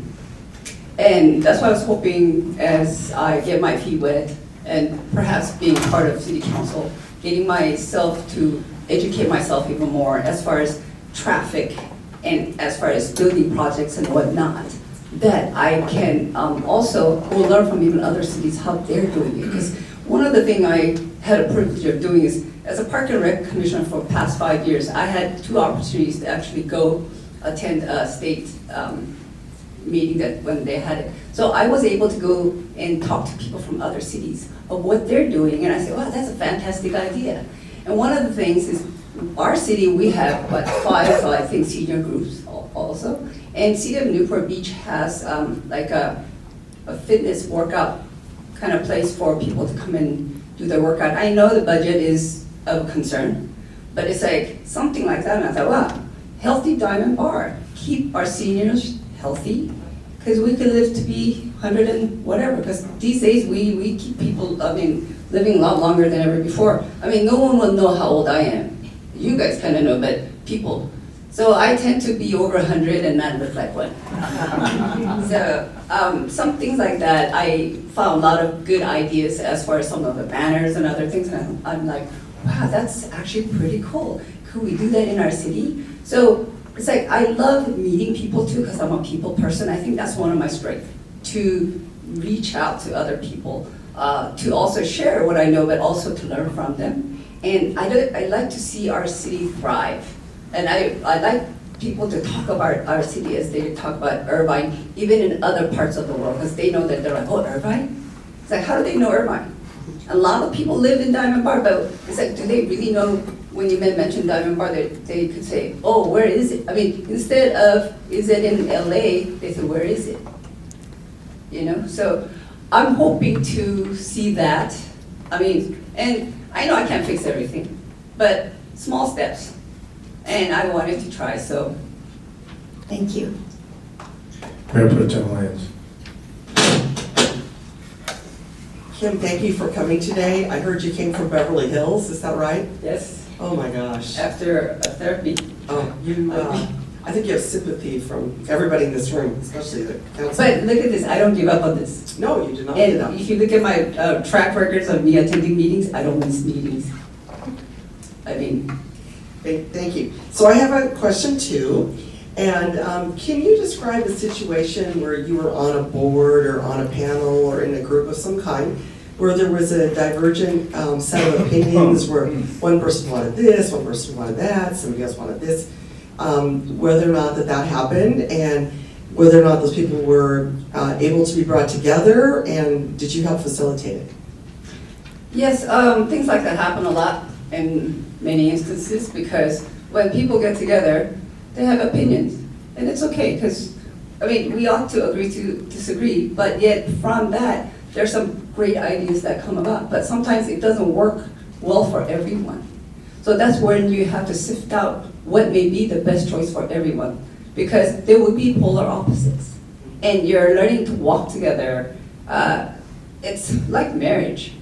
Husband and wife learning to walk together, that's kind of hard. And that's why a lot of conflicts arise. But I feel like if a husband and wife tie themselves together like three-legged race, and they agree upon the direction, they will get far in life. And as far as working with group, we will have conflicts. But it's like, how do you work with that? So be a good listener. Listen to what they're saying. Listen to the other person also. And also let person A know person B is allowed to have that voice to speak also. And just be open-minded. Just step back for a moment.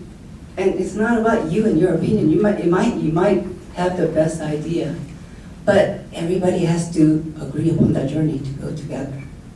So we had moments like that, but we have come to agree and say, okay, how about we do this much of what you're saying, and how about this portion? So we add it all together, where everybody voted on and say, hey, that sounds pretty good. So we went with that. So nobody complained, because they got part of their ideas heard, and some of it got implemented, not 100%, but it was good enough where they were satisfied to say, we're good, and we'll work as a team and get this thing done. Councilman Chow. Thank you, Mayor. Kim, thanks for being here. I do remember all times on the Park and Rec Commission together, and thank you for always being so patient and so willing to share. So again, thanks for being here. we're going to ask the same question. So I think one of the core function of a council member is to make difficult decisions, and some of them might be controversial.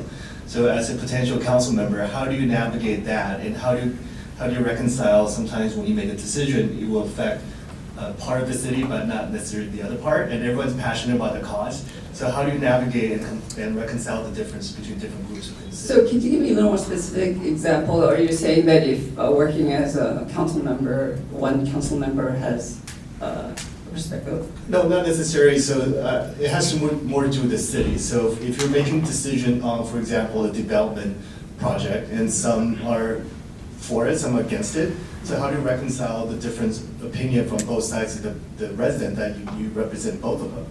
Okay, well, I believe that everybody should be able to say what's in their mind. However, it's not only for those few people, it's for everyone. So the outcome has to be for the good of the whole. And those few that might have a difference in opinion, it's going to have to be able to accept that. And that's how I see it. So can we meet on the first and third Tuesdays of every month, as long as there's business to be considered? Are there any current or future obligations that you have that might conflict with your duties or your ability to serve as a council member? No. And you would be, if you were chosen, you would be assigned, say, as a delegate to Foothill Transit or the COG or League of Cities. Anything that would prevent you from No, fulfilling that role? I actually have done many of those type of commitments in the past, because beyond our city limits, I have been involved with Chamber of Commerce for about 20 years or so, and with that, they have sent me out to other organizations and other places where I was to be the ambassador or representative of the organization that I was involved in. So that would be a problem. Besides, I love meeting people. I love doing PR. So I mean, please pick me. Anything else that you would like to share with us tonight? You know what? I'm honored.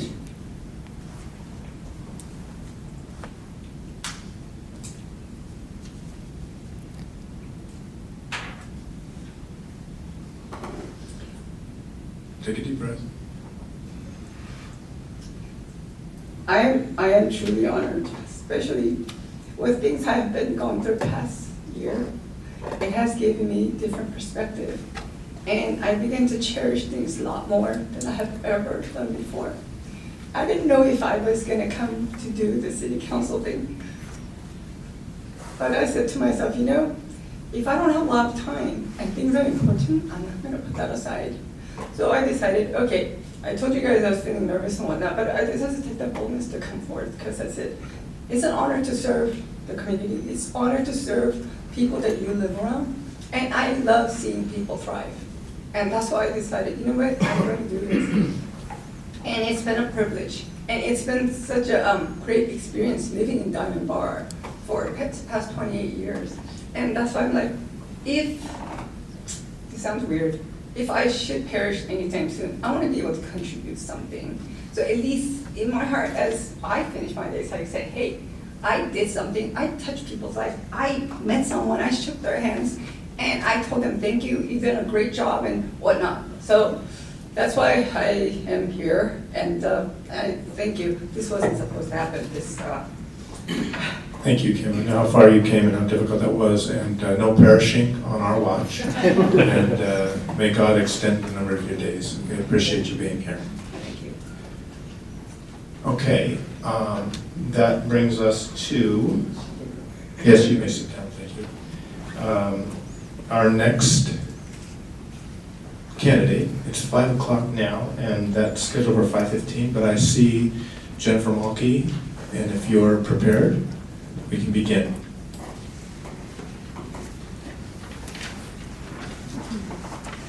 If you would introduce yourself and tell us a little bit about yourself. Thank you. Good afternoon. My name is Jennifer Mulkey, but I answer to Fred, thanks to an older brother who named me when I was quite a bit younger. I am originally from South Sacramento. My husband and I moved to Southern California about 25 years ago. For him, it was a return home. For me, it was not. It was scary and intimidating. We've lived in Diamond Bar for almost 21 years. We've been fortunate enough to raise our boys here. They went through Monroe Unified School District and did all of the activities that they could possibly do, from t-ball to dance to swim, their first jobs in the community, the whole thing. It gave my husband and I a lot of opportunities to volunteer. So we've been in classrooms and on sports fields and at fundraisers, which we've really loved the community in Diamond Bar. In terms of my career, I'm a communications professor at Cal Poly Pomona. I primarily teach public speaking, advocacy, and argumentation, and then this public relations event planning class, but I have extensive experience teaching persuasion, intercultural, and interpersonal communication. I also advise a fraternity on campus, and I teach in the Teaching Academy for professors, helping other instructors hone their craft. Because education is really important to me. And then for the last 10 years or so, I've been a Diamond Bar representative on several commissions. My first one was actually WICA. I didn't include it on my application because we never had meetings. So I was seated, and then I never went anywhere. So technically, I guess that counts. But primarily, I've spent my time on traffic and transportation. And then I've been on the Planning Commission since 2015, and I've served on chair and vice chair of both of those. And I'm just excited to be here today, so thank you for having me. Thank you very much. Mayor Pro Tem Lyons. Fred, Jennifer, thank you for coming today. And each of us is going to ask each applicant the same question. So I know you weren't here at the very beginning, but you should know that everybody gets the same questions. Thank you. So can you describe a situation where you were serving on a board or a panel in some kind of a group where there were divergent opinions on an issue, and whether or not the people were able to come together on it, how it happened? Absolutely, thank you. Having been on boards through the city for the last 10 years, I've certainly had the experience where we don't necessarily agree. The benefit of being on a commissioner seat is that we have this extensive educated staff who we can usually ask pointed questions to, and they can educate all of us at the same time, which is great. And I've worked with, and he's in the room, so it's sort of awkward, but with Director Liu and with Director Gutman, and they never just say yes or no.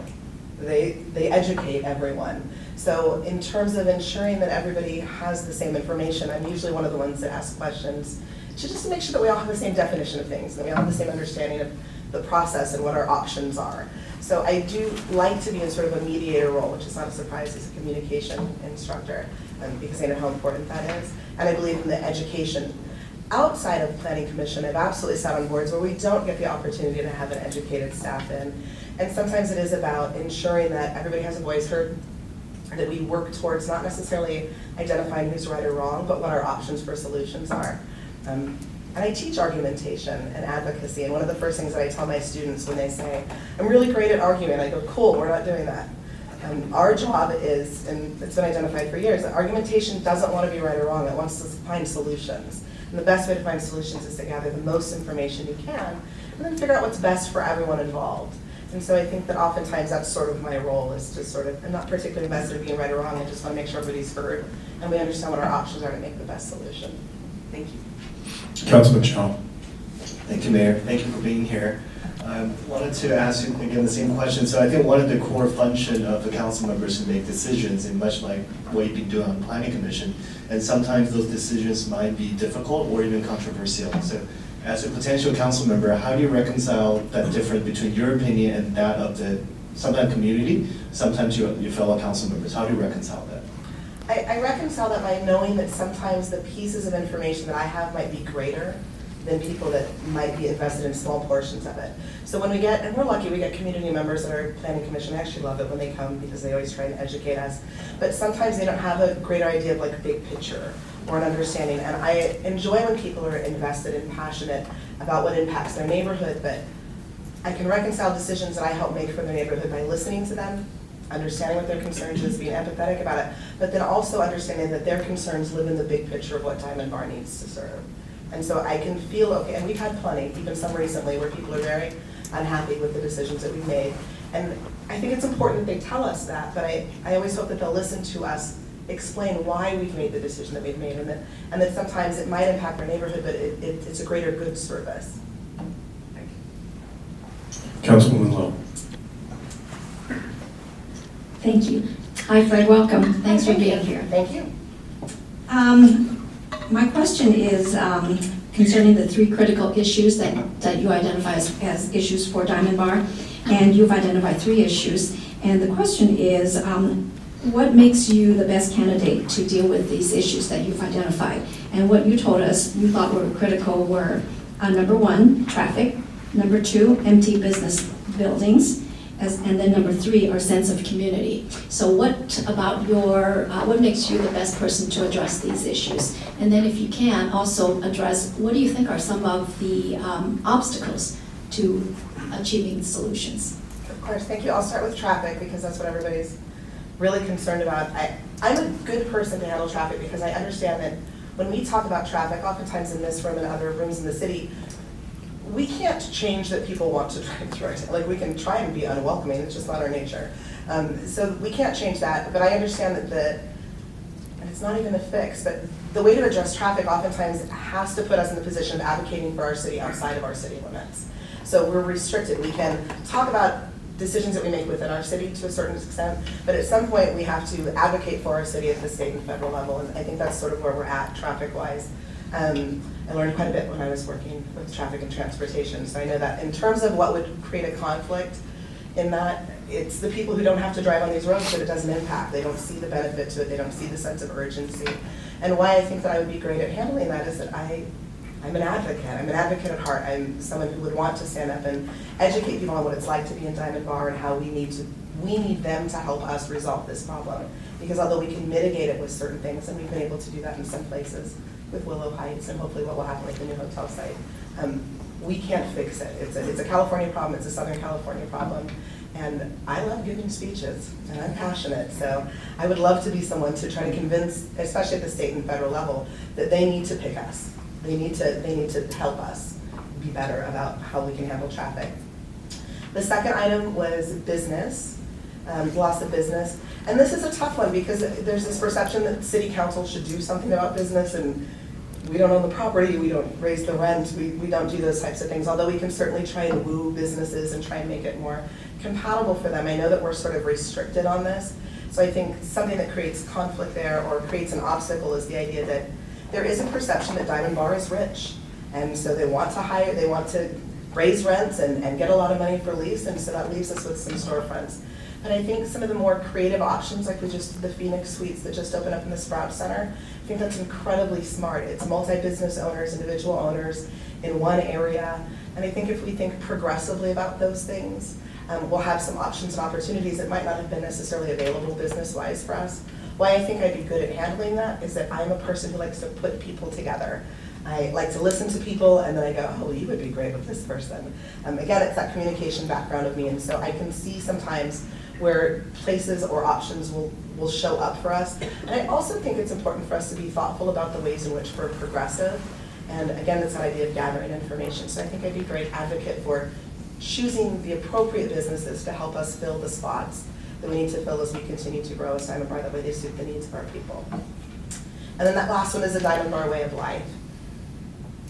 This one's tough for me because I love sort of that Hallmark movie, city, hometown feel that we get. One of my favorite things to tell people about Diamond Bar is about our birthday party, because I think it's fantastic, and my husband always gets a steak sandwich, and it's the same cars, and we go see the preschool booth that my kids went to, and we get to see the teachers, and that type of thing. And that Diamond Bar way of life, I think, is problematic because we want to be able to serve our people and our city well, so we need to be progressive and thoughtful about what we do in the city.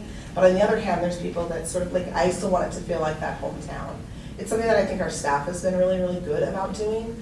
So I think the only obstacle is that sometimes we need to educate people and ask them just to give us a chance. Trust us. We've hired the experts, we've brought the people in. Let us have the opportunity to show you that this can still be beneficial to the city, even though it looks different and it feels different. We can still ensure that that looks and feels still like Diamond Bar while still being able to offer services. And I think I'm good at that because I have a good worldview.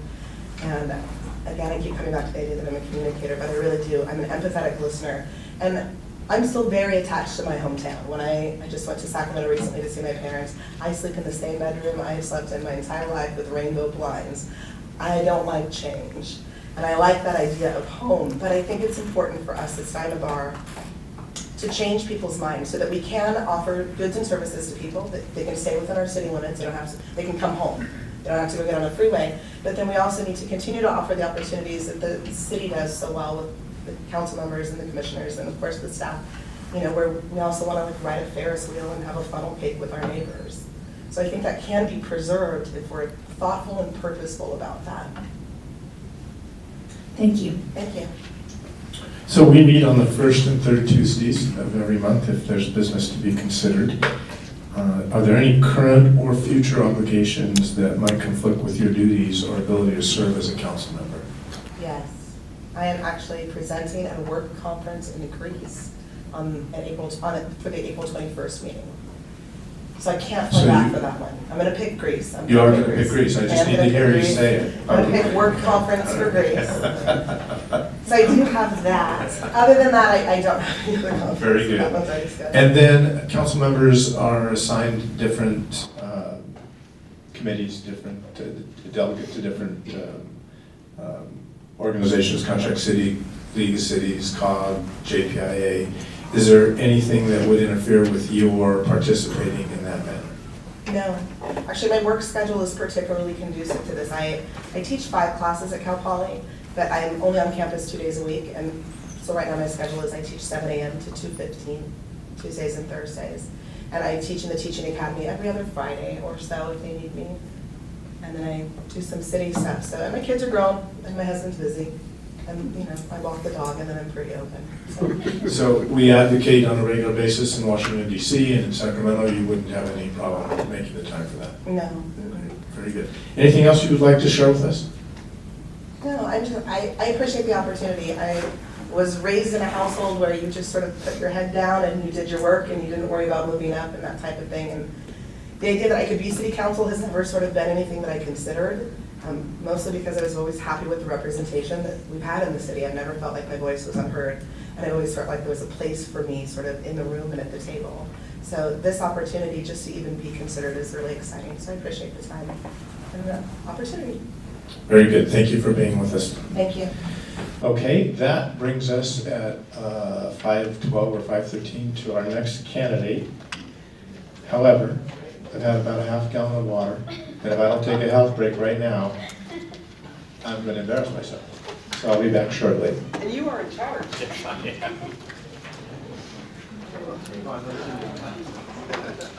And call up our last candidate, Andrew Wong. If you would please introduce yourself and tell us a little bit about you. Honorable Mayor, Honorable City Council, good evening. My name is Andrew Wong. A little bit about myself. So I grew up in Huntington Beach. I've been a resident of Diamond Bar for about 12 years, married for 15. I have 3 kids, 2 boys and a girl, and I have a bachelor's degree in business administration, emphasis in accounting from Cal State Long Beach. As far as my professional experience, or my experience professionally, I've been in banking for about 20 years, 3 years in retail banking, 17 years in business banking as an underwriter, as a portfolio manager, and as a credit underwriting manager. The reason why I even applied for this position is because 12 years ago when we moved to Diamond Bar, we loved Diamond Bar right from the get-go. Diamond Bar is a bedroom community, and we with our 3 young kids, we would love to see that our city continue to be a bedroom community. Given that there are changes in dynamics in terms of resources as technology continues to change, we need to be agile. Oh, pardon me? I didn't say. Oh, okay.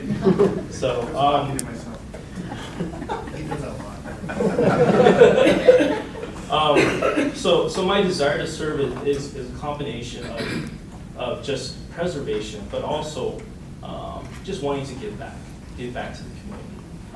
I believe I have some unique experiences and skills that could provide a different type of dynamic that would serve well for our city. Thank you. Councilman Chow. Thank you, Mayor. Good name, by the way, for a council member. And he's not Senator Chang's husband. Just to be clear. Thanks for being here. It's been a pleasure getting to know you, and thank you for your service on the Traffic and Transportation Commission. So it's the same question that we ask all the other candidates. So as a potential council member, we do make difficult decisions and sometimes controversial. So how do you describe to us your decision-making process, especially when it comes to a difficult decision, and how do you reconcile the difference between different groups of people who are very vocal about what they care about? So how I reconcile that is I gather a lot of information. I do a lot of research. So first off, I do listen, and I want to listen to, I mean, if it's a vocal group, I do want to hear them, because what they may have to say may be absolutely right, and that needs to be taken into consideration. And in addition to gathering more information, I do a ton of research. I can be a bit of a nerd when it comes to research. I will study and try to understand, even if it's something that I don't have the experience personally or professionally from, but I will learn and become that subject matter expert. So I will gather as much information personally, or in terms of just, and also listening to the public. And then from there, while it's a tough decision, I'll make that decision, whether it's against that vocal voice or whether it's in concurrence with them. And if it is against that vocal voice, I would definitely communicate a ton, in terms of an explanation justifying how I arrived to that decision. Councilwoman Long. Thank you. Hi, Andrew. Hi. Nice to be here. I think it's a great name, too. I've got a son named with that name, so. This question is related to the 3 most critical issues facing the city that you've identified in your application. And the question is, what makes you the best candidate to address those issues? And the 3 critical issues that you've identified are economic development, public safety, and budgetary management. So how would you, what makes you the best candidate to address these 3 issues? And if you can, address what you think would be some of the obstacles to success in addressing these issues. So first one is economic development. And in my view, economic development has to do with the businesses that are within our city, within our community, and working with them. I think being a business banker for so many years, and working with small businesses that start from the ground up, or more sophisticated businesses that are on the verge of being a Fortune 1000 company, I understand how to plan and how to start up a business, or how to maintain or take a business to the next level, how to obtain additional capital if they qualify for that, and if they're able to maintain that type of business. So a lot of small businesses, from what I've seen, the first 2 years is that threshold in terms of whether they're going to make it, pass, or fail. And so it's critical. It's critical to maintain a solid foundation, and that's how in terms of planning. So planning has to do with budget, finance, understanding that some small business owners, they don't even plan for that. They don't even have an idea. They just go off of whatever they have in their savings and just hope and pray that things will work out, because they have a really great product to offer. But the reality and the practicality of things is just preparation. And so I think, given my professional experience and what I have to offer, is just engaging these small businesses that want to be a part of our community and working with them at the grassroots level. So that addresses the first one, sorry. The second one has to do with public safety.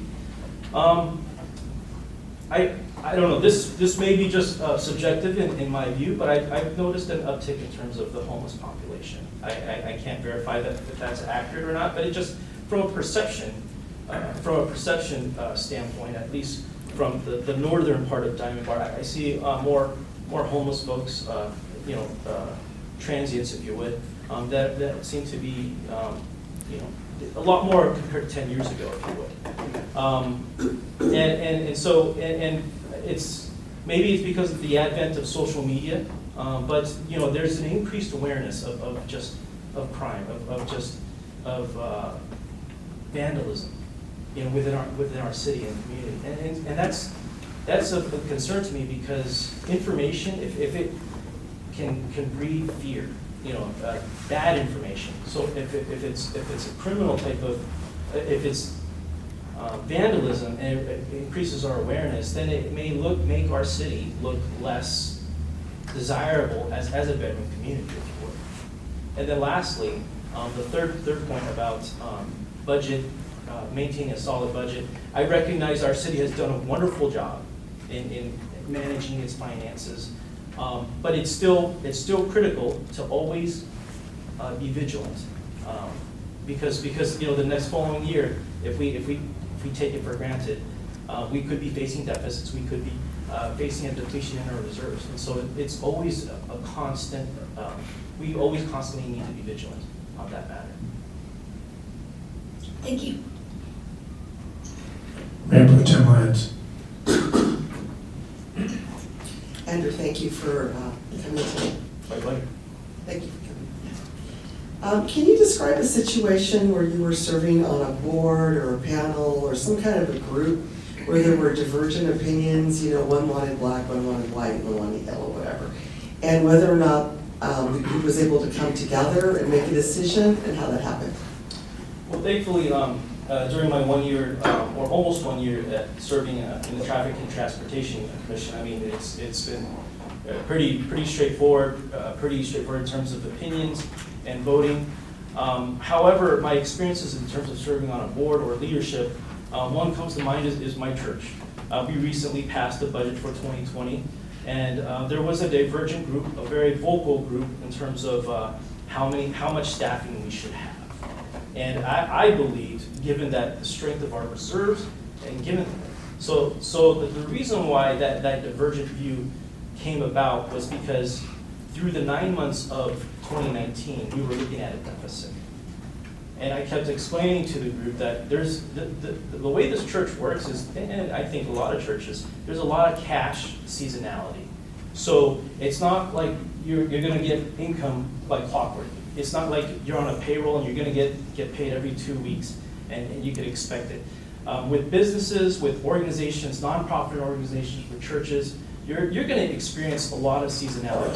So 1 month you're going to get a lot of giving, in the example of a church, and then the next month you won't get any.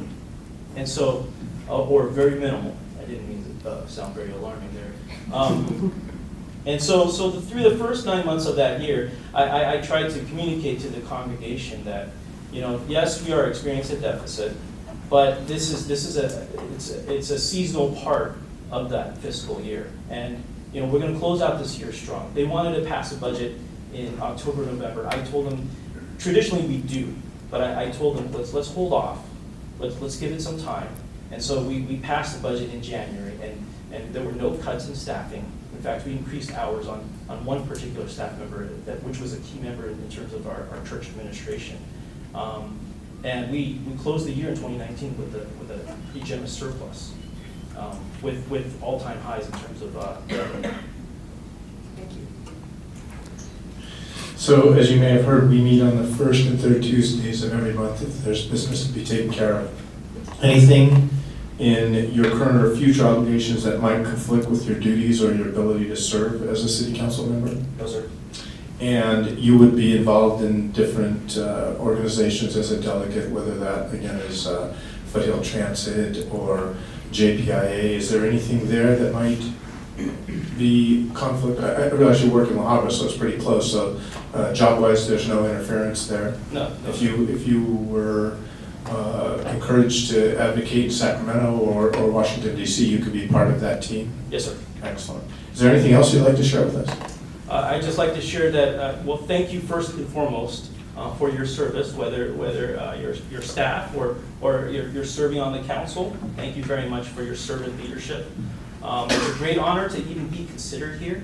And whether I'm considered for this position or not, I hope that I would find a way to be able to serve one way or another. Thank you very much. Thank you very much for being here. We appreciate it. Okay, so at 5:30 we are done with our interviews. I think if anybody would have been willing to put down a bet, they would have lost that bet. I didn't hear you, what? Let me be honest, I did hear you, but I never get tired of hearing it. Okay, so at our meeting in January 7th, the council took action to begin the process to fill the vacancy created by Councilmember Herrera's resignation. We had a total of 10 applications. Tonight we interviewed 8 people. I think that's fascinating to me that there were 5 commissioners. We have just such a very, very strong bench of people, a strong talent pool to choose from. It's a great bench, great talent, great experience. You know, we lose a lot with the absence of Councilman Herrera, 24 years on our council, 16 years prior to that with the school board, Walnut Valley Unified School Board. And I think it's critical that we have somebody that has the experience dealing with the city, whether it's 1 commissioner or 2 or 3. I'm looking at the different notes that I made, and I realized the least amount of residents in the community is 12 years, and the most, I think it was, I wrote down lifelong, but I think I heard 45 years. So that's not a criteria for I want Andrew Wong to know being a newbie here is the criteria, and the experience is just marvelous. But I do think that one candidate stands out more than all of the others relative to activity in Diamond Bar, whether that's on commissions or in the schools or in local programs that she's been involved in. And I would be prepared to make the motion that we appoint Jennifer Fred Mulkey to the position once we figure out what she wants to be called. Question. Point of procedure. Can we go over the procedure real quick? So just for us and for them to understand kind of how we're going about this? Sure. Sure. Mr. Fox, Mr. DeBerry, who wants to? By the way, do we need a second before we do that? You can have a second and have discussion. Either way is fine. Go ahead and explain to Councilman Chow's request. Yes, so it's a pretty simple procedure. The city council can engage in whatever length or discussions it wants about the city council. And then the procedure from there is for somebody on the city council to make a nomination, if you will, to appoint a council member. That nomination must receive a second to get voted on. And if it does get voted on after the second, then the council can have a discussion about that particular candidate to the extent you desire. And then we'll take a roll call vote. Very good. Did that answer your question? Procedural? Very good. So we have a motion on the floor. Well, Mayor, for the purposes of opening up the discussion, why don't I go ahead and second that so that we can all discuss the nomination? Would that be all right? So we have a motion by Ty, second by Lowe. Any discussion anybody would like to? Well, let me just say yes. That it's really been a privilege to be here to talk with each of you and be part of this this discussion of where our city goes next. It was so touching. I just feel like a certain kind of intimacy that we have, despite that, it's a big group. And that's probably because of the people that have come forward. And I just made some notes as I was listening to each of you as you talked about serving on the city council.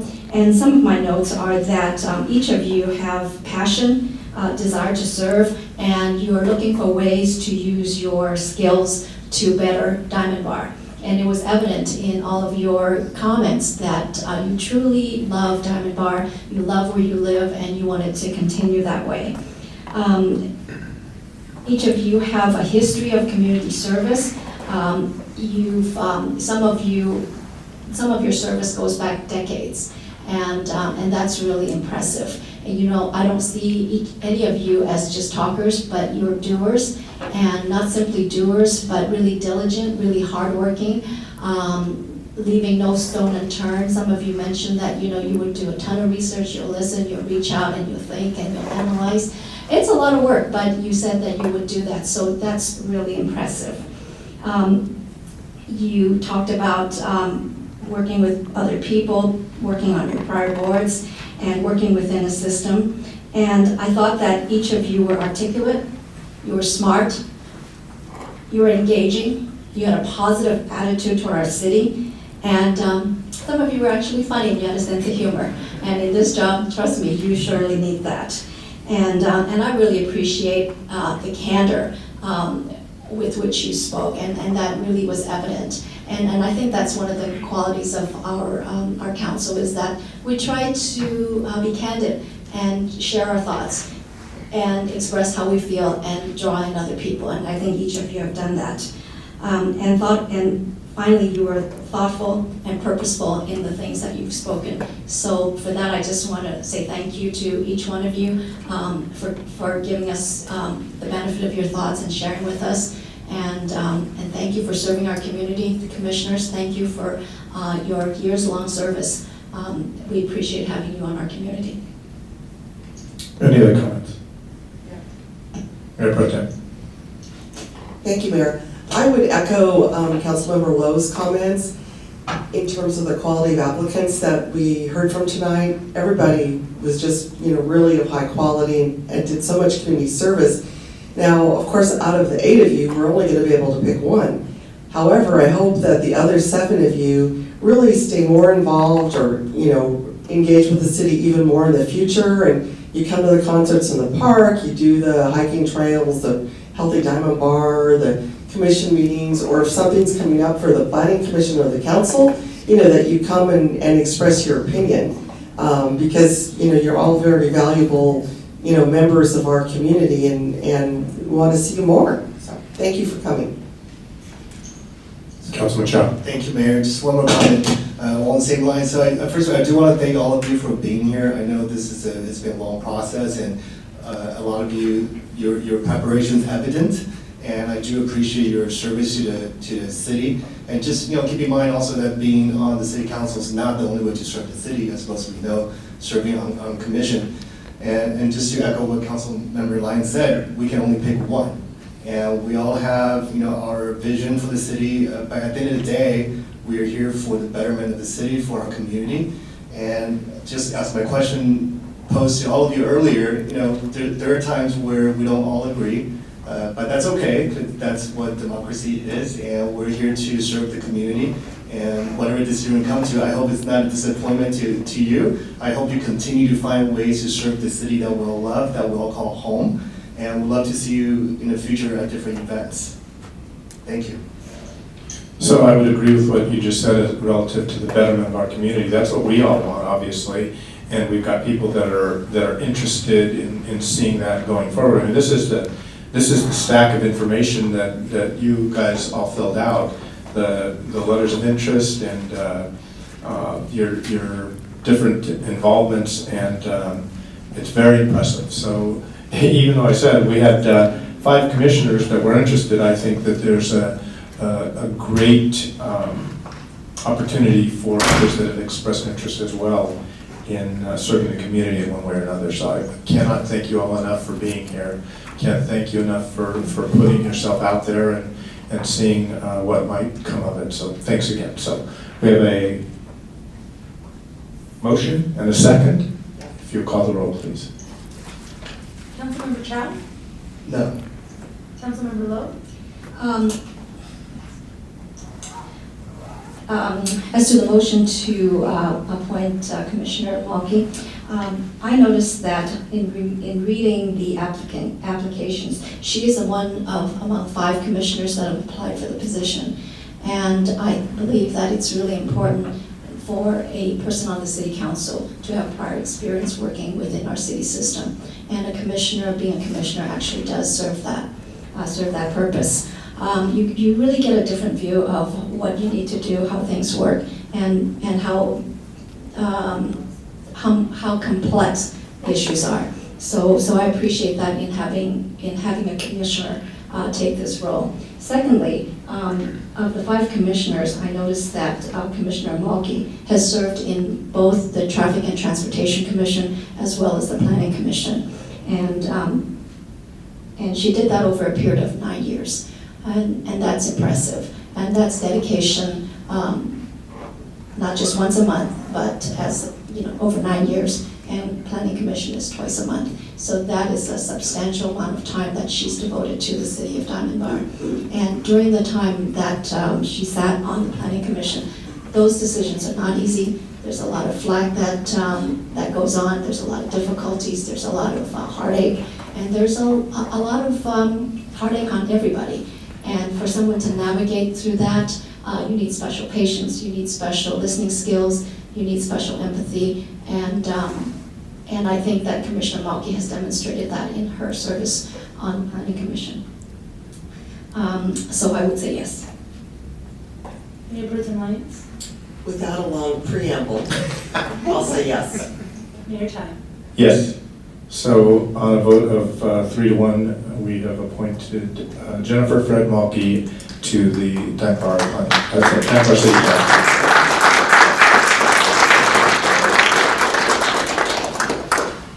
Okay, it is 5:40. I can probably beat my wife home before.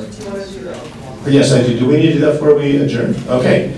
Ms. Malki, if you would come forward and take the oath of office.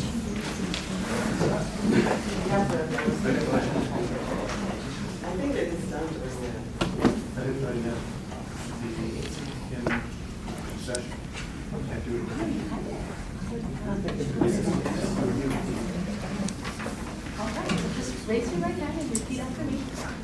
Okay, I state your name. I, Jennifer Malki, Do solemnly swear do solemnly swear that I will support and defend that I will support and defend the Constitution of the United States the Constitution of the United States and the Constitution of the State of California and the Constitution of the State of California against all enemies, against all enemies, foreign and domestic, foreign and domestic, that I will bear true faith and allegiance that I will bear true faith and allegiance to the Constitution of the United to States the Constitution of the United States and the Constitution of the State of California, and the Constitution of the State of California, that I take this obligation freely that I take this obligation freely without any mental reservation without any mental reservation or purpose of evasion, or purpose of evasion, and that I will well and faithfully and that I will well and faithfully discharge the duties discharge the duties upon which I'm about to enter. upon which I am about to enter. Thank you. It made me a little weepy.